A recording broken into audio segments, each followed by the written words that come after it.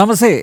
കേരള സർവകലാശാലയിൽ കലാപമഴിച്ചുവിട്ട് അരാജകത്വം സൃഷ്ടിക്കാനുള്ള SFIയുടെ ബോധപൂർവമുള്ള ശ്രമത്തിന് മുഖ്യമന്ത്രി പിണറായി വിജയൻ കൈകാര്യം ചെയ്യുന്ന ആഭ്യന്തര വകുപ്പിൻ്റെയും CPM സംസ്ഥാന സെക്രട്ടറി MV ഗോവിന്ദൻ്റെയും പൂർണ്ണ പിന്തുണ. കയ്യൂക്കും ഗുണ്ടായിസവും സംഘടനാശേഷിയായി കൊണ്ടു നടക്കുന്നവർ സർവകലാശാല ആസ്ഥാനത്ത് കാട്ടിക്കൂട്ടിയ പേക്കൂത്തുകൾ രാഷ്ട്രീയ കേരളത്തിന് ലജ്ജയോടെ നോക്കിക്കാണാനാവൂ. കേരള സർവകലാശാല സ്വന്തം തറവാടാണെന്ന അഹങ്കാരത്തിലാണ് SFI കഴിഞ്ഞ കുറേ വർഷങ്ങളായി വാഴുന്നത്. അവർ ഇച്ഛിക്കുന്നതേ അവിടെ നടക്കാൻ പാടുള്ളൂ. അവർ പറയുന്നത് പോലെയേ വൈസ് ചാൻസലർ പ്രവർത്തിക്കാൻ പാടുള്ളൂ.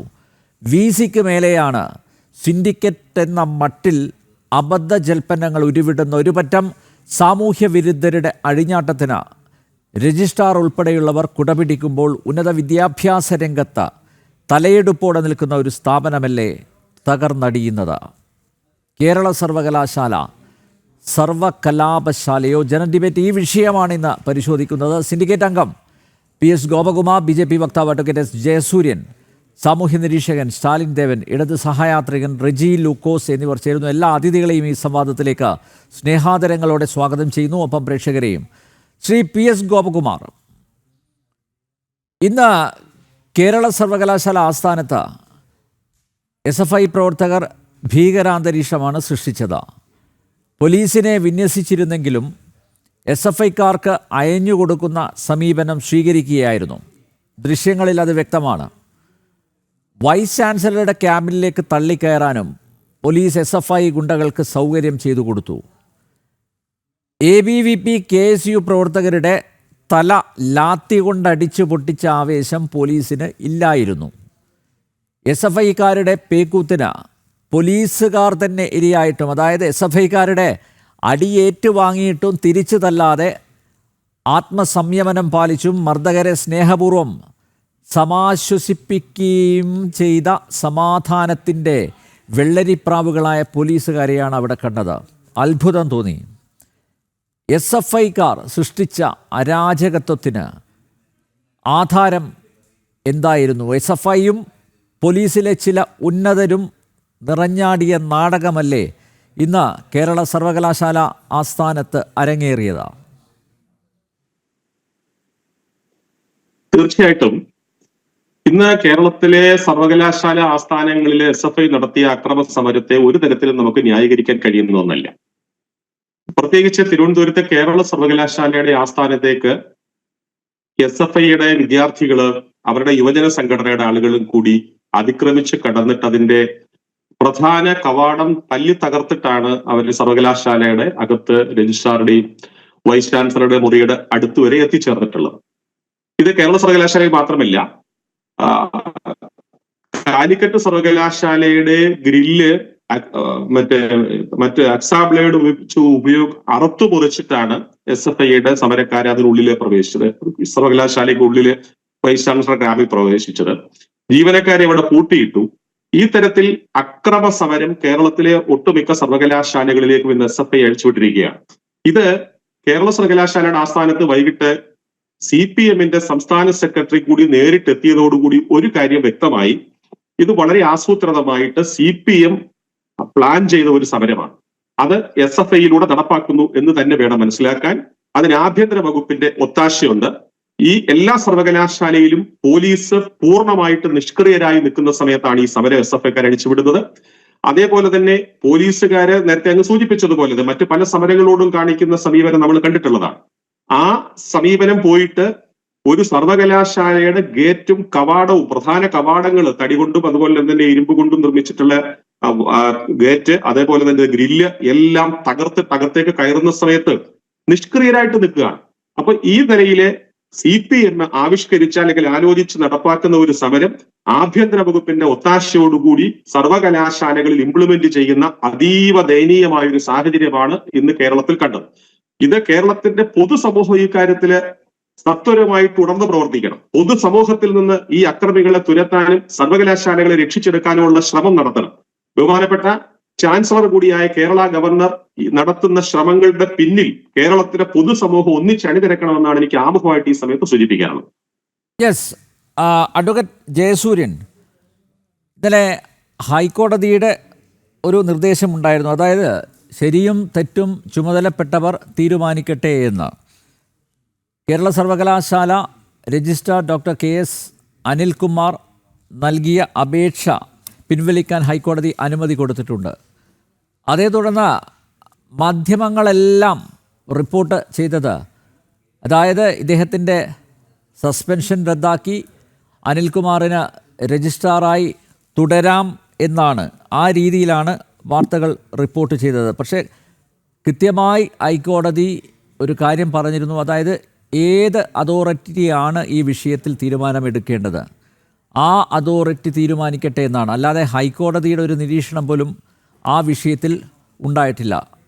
സ്വാഭാവികമായും ഇപ്പോൾ ചാൻസലറുടെ കൈകളിലാണ് ഇപ്പോൾ കാര്യങ്ങളൊക്കെ എത്തി നിൽക്കുന്നത്. അദ്ദേഹത്തിന് തീരുമാനമെടുക്കാം. അതായത് ഇദ്ദേഹത്തിൻ്റെ രജിസ്ട്രാറുടെ സസ്പെൻഷൻ അത് സിൻഡിക്കേറ്റ് യോഗം പിൻവലിച്ച നടപടി ശരിയാണോ അല്ലയോ എന്ന് അദ്ദേഹത്തിന് തീരുമാനിക്കാം. സിൻഡിക്കേറ്റിനെ പിരിച്ചുവിടാം. രജിസ്ട്രാറുടെ സസ്പെൻഷൻ അത് തുടരട്ടെ എന്ന് തീരുമാനിക്കാം. അതിൻ്റെ അതോറിറ്റി ചാൻസലർ കൂടിയായ ഗവർണറാണ്. അപ്പോൾ ആ ഒരു പശ്ചാത്തലത്തിലല്ലേ SFIയുടെ ഇന്നത്തെ അതിക്രമങ്ങളെ കാണേണ്ടത്. മാത്രമല്ല ഡോക്ടർ സിസ തോമസിനെ കൈകാര്യം ചെയ്യുക എന്നൊരു അജണ്ടയും ഉണ്ടായിരുന്നു. നേരത്തെ തന്നെ പറഞ്ഞതാണ് അക്കാര്യങ്ങൾ. അവധിയിൽ പോയ, അതായത് വിദേശത്ത് പോയ കേരള സർവകലാശാല vice chancellor doctor Mohanan Kunnummal, അദ്ദേഹം വ്യാഴാഴ്ച തിരികെ എത്തും. അദ്ദേഹത്തെ സർവകലാശാല ആസ്ഥാനത്തേക്ക് പ്രവേശിപ്പിക്കില്ല എന്ന ദൃഢനിശ്ചയവുമായിട്ട് SFI ഗുണ്ടകൾ ഇറങ്ങിയിരിക്കുകയാണ്. അതിന് എല്ലാ ഒത്താശയും ചെയ്തു കൊടുത്തു. അതായത് ഒരു മുന്നറിയിപ്പ്, നിങ്ങൾ ഈ ക്യാമ്പസിൽ കാലുകുത്തുകയാണെങ്കിൽ ഞങ്ങൾ ഈ രീതിയിലൊക്കെ പ്രതികരിക്കുമെന്ന ഒരു സൂചന തന്നെയല്ലേ, ഒരു മുന്നറിയിപ്പ് തന്നെയല്ലേ ഇന്ന് SFIക്കാർ നൽകിയത്. അതായത് തീർത്തും ജനാധിപത്യ വിരുദ്ധമായിട്ടുള്ള പ്രവർത്തനം. ഞാൻ ആമുഖത്തിൽ ചൂണ്ടിക്കാണിച്ചതുപോലെ SFI എന്ത് തീരുമാനിക്കുന്നു അത് മാത്രമേ കേരളത്തിലെ സർവകലാശാലകളിലും കേരളത്തിലെ കോളേജ് ക്യാമ്പസുകളിലും നടക്കൂ എന്ന ആ വാശി, നിർബന്ധ ബുദ്ധി, അത് തന്നെയല്ലേ ഇന്ന് കേരള സർവകലാശാല ആസ്ഥാനത്ത് പ്രകടമായത്. ശ്രീ അനിൽ നമ്പ്യാർ, എനിക്ക് മനസ്സിലാവാത്ത ഒരു കാര്യം, ഇത് വിദ്യാർത്ഥികളുമായിട്ട് എങ്ങനെ ബന്ധപ്പെടുന്നു എന്നുള്ളതാണ്. ഇത് ശരിക്കും പറഞ്ഞാൽ ഒരു സർവീസ് മാറ്റർ അല്ലേ? ഇവിടെ സമരം നടത്തണമെങ്കിൽ അല്ലെങ്കിൽ പ്രതിഷേധിക്കണമെങ്കിൽ മുന്നോട്ട് വരേണ്ടത് തൊഴിലാളി സംഘടനകളല്ലേ?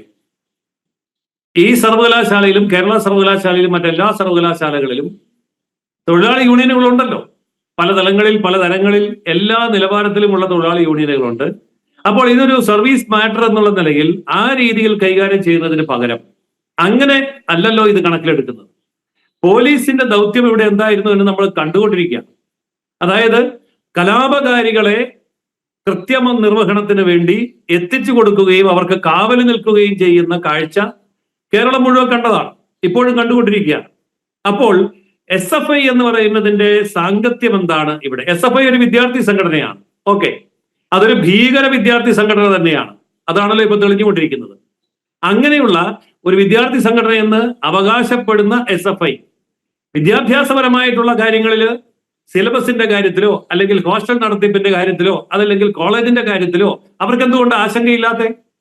ഞാൻ ചോദിക്കട്ടെ, കോട്ടയത്തെ മെഡിക്കൽ കോളേജിന്റെ മെൻസ് ഹോസ്റ്റലിലെ ബാത്റൂമിൽ പോലും കൊളുത്തില്ല എന്നൊക്കെ പറയുമ്പോൾ ആ കാര്യത്തിൽ SFIക്ക് ഇടപെടാനില്ല. മെഡിക്കൽ കോളേജ് ഇടിഞ്ഞു വീഴുന്നു, SFIക്ക് പ്രതിഷേധമില്ല. ഇവിടെ ഹോസ്റ്റലുകളിൽ റാഗിങ് നടക്കുന്നു, SFIക്ക് പ്രതിഷേധമില്ല.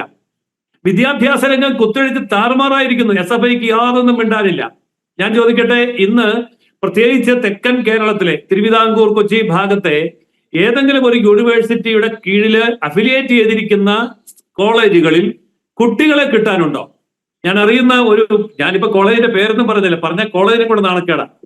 അതായത് മലയാളം ഡിപ്പാർട്ട്മെന്റില് 40-50 കുട്ടികളെ പ്രവേശിപ്പിക്കാവുന്നിടത്ത് ഒരൊറ്റ കുട്ടിയാണ് ആപ്ലിക്കേഷൻ കൊടുത്തിരിക്കുന്നത്. ആ കുട്ടി വരുവോ ഇല്ലയോ എന്ന് എനിക്ക് കണ്ടറിയണം. എന്നാൽ ഇവിടെ നാട്ടിൽ കുട്ടികളില്ലാഞ്ഞിട്ടാണോ? എന്തുകൊണ്ടാണ് കേരളത്തിലെ കുട്ടികൾ കേരളത്തിൽ ഡിഗ്രി പഠിക്കാത്തത്? എന്തുകൊണ്ടാണ് കേരളത്തിലെ മന്ത്രിമാരുടെ കുട്ടികൾ എന്തുകൊണ്ടാണ് കേരളത്തിൽ പഠിക്കാത്തത്? MLA-മാരുടെ കുട്ടികൾ എന്തുകൊണ്ടാണ് കേരളത്തിൽ പഠിക്കാത്തത്? അവരൊക്കെ കേരളം വിട്ട് വിദേശ രാജ്യങ്ങളിലേക്ക് പോയിട്ട് ഇവിടെ ആളൊഴിഞ്ഞ കലാലയങ്ങൾ കിടക്കുമ്പോൾ SFIക്ക് പ്രശ്നമില്ല. അപ്പോൾ വിദ്യാഭ്യാസപരമായ കാര്യങ്ങളല്ലല്ലോ ഇപ്പൊ SFI കൈകാര്യം ചെയ്യുന്നത്. കൃത്യമായിട്ട് പറഞ്ഞാൽ CPM-ന്റെ ഭീകര പോരാളികളായി അവരുടെ ഇംഗിതം നടപ്പാക്കാൻ വേണ്ടി പോലീസിന്റെ സംരക്ഷണത്തിൽ പോലീസ് അവരെ എത്തിച്ചു കൊടുക്കുകയാണ് ചെയ്തത്. ഇന്ന് നമ്മൾ കണ്ടതാണ്. പോലീസ് അവർക്ക് കാവൽ നിൽക്കുന്നു, അവർ ഇഷ്ടം പോലെ അക്രമം കാണിക്കുന്നു. അവരുടെ രാഷ്ട്രീയപരമായിട്ടുള്ള അജണ്ട എന്ന് പറഞ്ഞാൽ CPM-ന്റെ രാഷ്ട്രീയ അജണ്ട നടപ്പാക്കുന്നതിന് വേണ്ടിയുള്ള ഒരു കൂലിപ്പട്ടാളമായിട്ട് SFI അധപതിച്ചിരിക്കുന്നു. കേരള പോലീസ് അവർക്ക് കാവൽ നിൽക്കുന്നു. ഞാൻ ചോദിക്കട്ടെ, ഈ കേരള പോലീസ് ആത്മാർത്ഥമായിട്ട് വിചാരിച്ചാൽ ആരെങ്കിലും അകത്ത് കടക്കുമോ? അകത്ത് കടക്കാത്ത വിധം പ്രതിരോധിക്കാൻ പോലീസിന് അറിയാമല്ലോ, പ്രതിരോധിച്ചിട്ടുണ്ടല്ലോ പല മേഖലകളിലും. SFIക്കാരുടെ കാര്യത്തിൽ വരുമ്പോൾ നിലപാട് മാറുന്നത് എന്തുകൊണ്ടാണ്? കാരണം ഇത് ഭരണകൂട ഭീകരതയാണ്. ഭരണകൂട ഭീകരത, അതിനപ്പുറം ഒരു വാക്ക് എനിക്ക് പറയാൻ അറിയില്ലാത്തത് കൊണ്ടാണ്. കേരളത്തിന്റെ വിദ്യാഭ്യാസ രംഗം പരിപൂർണമായിട്ട് നശിപ്പിച്ച് മറ്റാർക്കെങ്കിലുമൊക്കെ അവസരം ഉണ്ടാക്കി കൊടുക്കാൻ വേണ്ടിയിട്ടുള്ള ഭരണകൂട പിന്തുണയോടെയുള്ള വലിയ വിദ്യാഭ്യാസ അട്ടിമറിയാണ് ഇവിടെ നടക്കുന്നത്. അപ്പോൾ കേന്ദ്രത്തിന്റെ ന്യൂ എഡ്യൂക്കേഷണൽ പോളിസി ഒന്നും കേരളത്തിൽ കയറ്റുകയില്ല എന്ന് പറഞ്ഞല്ലോ. അതൊക്കെ നമുക്കറിയാം എന്താ സംഭവിക്കാൻ പോകുന്നത്. ഇപ്പോൾ ഈ കലാപത്തിന്റെ പിന്നിലുള്ള കാരണം ശ്രീ അനിൽ നമ്പ്യാർ, എനിക്ക് മനസ്സിലാവുന്ന കാര്യം ഇതാണ്. ആരോഗ്യരംഗത്ത് സംഭവിച്ചിരിക്കുന്ന അതിഭീമമായിട്ടുള്ള തകർച്ച, അത് ചർച്ച ചെയ്യപ്പെടരുത്. കോട്ടയം മെഡിക്കൽ കോളേജ് ഇടിഞ്ഞു വീണത് ചർച്ച ചെയ്യപ്പെടരുത്. അവിടെ രോഗിയുടെ കൂട്ടിരിപ്പുകാർ മരിച്ചത് ചർച്ച ചെയ്യപ്പെടരുത്. ആ സമയം നോക്കി പിണറായി വിജയൻ അമേരിക്കയിലേക്ക് പോയത് ചർച്ച ചെയ്യപ്പെടരുത്. ഇത്തരം കാര്യങ്ങൾ ചർച്ച ചെയ്യപ്പെടരുത് എങ്കിൽ അജണ്ട മാറ്റി സെറ്റ് ചെയ്യണം. അതിലൊരു കലാപം അഴിച്ചുവിടണം. പിന്നാലെ മാധ്യമങ്ങൾക്ക് ആ വിഷയം ചർച്ച ചെയ്യേണ്ടി വരും എന്നിവർക്ക് നന്നായിട്ട് അറിയാം. അപ്പോൾ വിഷയം മാറ്റി രക്ഷപ്പെടാനും കേരളത്തിന്റെ വിഷയം ഇതൊന്നുമല്ല, ആരോഗ്യരംഗമല്ല, അല്ലെങ്കിൽ സാമ്പത്തിക തകർച്ചയല്ല, നിപ്പ വൈറസ് വീണ്ടും വരുന്നതല്ല, നിപ്പ മരണങ്ങൾ വർദ്ധിക്കുന്നതല്ല, കോവിഡ് വീണ്ടും വരുന്നതല്ല, ഇതൊന്നുമല്ല പ്രശ്നം. ആ പ്രശ്നങ്ങളിൽ നിന്നൊക്കെ ശ്രദ്ധ മാറ്റാൻ വേണ്ടിയിട്ടുള്ള ആസൂത്രിതമായ ഒരു നീക്കമാണ് ഇതിന്റെ പിന്നിലുള്ളത്. അതിനുവേണ്ടിയുള്ള കലാപ നാടകമാണ് ഇപ്പൊ നടന്നുകൊണ്ടിരിക്കുന്നത്. ശ്രീ ശിവൻകുട്ടിയെ എന്താണോ നിയമസഭയ്ക്കകത്ത് കാണിച്ചത്, ശിവൻകുട്ടിയുടെ അനുയായികൾ അത് തന്നെയാണ് ഇപ്പൊ സർവകലാശാലയ്ക്ക് അകത്തും ചെയ്തുകൊണ്ടിരിക്കുന്നത്. നമ്മൾ ഓർക്കണം, കേരള സർവകലാശാല ആരംഭിക്കുന്ന സമയത്ത് ഡോക്ടർ ആൽബർട്ട് ഐൻസ്റ്റൈനെ കൊണ്ടുവന്ന് അതിന്റെ വൈസ് ചാൻസലർ ആക്കണമെന്ന് ആഗ്രഹിച്ചിരുന്ന ഒരു നിലവാരം ഉണ്ടായിരുന്ന ഒരു സർവകലാശാലയുടെ ഗതികേടാണ് ഇപ്പോൾ നമ്മൾ കണ്ടുകൊണ്ടിരിക്കുന്നത്. അപ്പോൾ ഈ തരത്തിൽ ഒരു തുറന്ന യുദ്ധം CPIM പ്രഖ്യാപിച്ചിരിക്കുന്നത് കേരളത്തിന്റെ വിദ്യാഭ്യാസ മേഖലയോടാണ്. അതിന് ഗുണ്ടകളായിട്ട് SFIയെ ഉപയോഗിക്കുകയാണ്, അതിന് കാവൽക്കാരായി നിൽക്കുകയാണ് കേരളത്തിന്റെ പോലീസ്. ഇതല്ലേ ഇപ്പൊ സംഭവിച്ചുകൊണ്ടിരിക്കുന്നത്. ഇപ്പോൾ യഥാർത്ഥത്തിൽ നേരത്തെ ശ്രീ PS ഗോപകുമാർ പറഞ്ഞതുപോലെ കേരളത്തിന്റെ പൊതുസമൂഹം ഇതിന് കൈകാര്യം ചെയ്യേണ്ട സമയമായിരിക്കുന്നു. കാരണം ഇത് പൊതുസ്വത്താണ്, നമ്മുടെ വിദ്യാഭ്യാസ മേഖലയാണ്. അതിന്റെ ഗൗരവം, അതിന്റെ പവിത്രതയും അതിന് കൊടുക്കേണ്ടതാണ്. അപ്പോൾ അതൊന്നും ഇവിടെ ഒരു പ്രശ്നവുമല്ല. വിദ്യാഭ്യാസ മേഖല എങ്ങനെ തകർന്നാലും, ആരോഗ്യ മേഖല എങ്ങനെ തകർന്നാലും കുഴപ്പമില്ല. സർക്കാരിന്റെ വീഴ്ചകൾ മറച്ചു വെക്കണം. മുഖ്യമന്ത്രിയുടെ നിലപാടുകൾ ചോദ്യം ചെയ്യപ്പെടരുത്, ചർച്ച ചെയ്യപ്പെടരുത്. അതുകൊണ്ട് ജനവിരുദ്ധമായിട്ടുള്ള, ജനാധിപത്യ വിരുദ്ധമായിട്ടുള്ള നീക്കങ്ങളെയൊക്കെ മറയിടാനും വേണ്ടി, ജനങ്ങളുടെ കണ്ണിൽ പൊടിയിടാനും വേണ്ടിയിട്ടുള്ള ഒരു സമര ആഭാസം മാത്രമാണ് ഇപ്പോൾ ഇവിടെ നടന്നുകൊണ്ടിരിക്കുന്നതെന്നാണ് ആമുഖമായി എനിക്ക് പറയാനുള്ളത്. താങ്കൾ ചിന്തിച്ചത് ശരിയാണ്. അതായത് ഈ വഴിതിരിച്ച് വിടുക, അത് സാധാരണ നടക്കാറുള്ളതാണ്. ആരോഗ്യ മേഖല കുത്തഴിഞ്ഞ് കിടക്കുന്നു, പല പ്രശ്നങ്ങളുമുണ്ട് ആ രംഗത്ത്. അതൊന്നും പരിഹരിക്കാതെ ആരോഗ്യമന്ത്രി വിടുവായത്തം പറഞ്ഞ് നടക്കുകയാണ്. മുഖ്യമന്ത്രി ആവട്ടെ വിദഗ്ധ ചികിത്സയ്ക്കായി അമേരിക്കയിലേക്ക് പോയിരിക്കുകയാണ്. അപ്പോൾ സ്വാഭാവികമായും അതൊന്നും ചർച്ച ചെയ്യപ്പെടരുത്. കേരള സർവകലാശാലയിലെ വിഷയങ്ങൾ അത് ഇങ്ങനെ പെരുപ്പിച്ച് കാണിക്കട്ടെ മാധ്യമങ്ങൾ.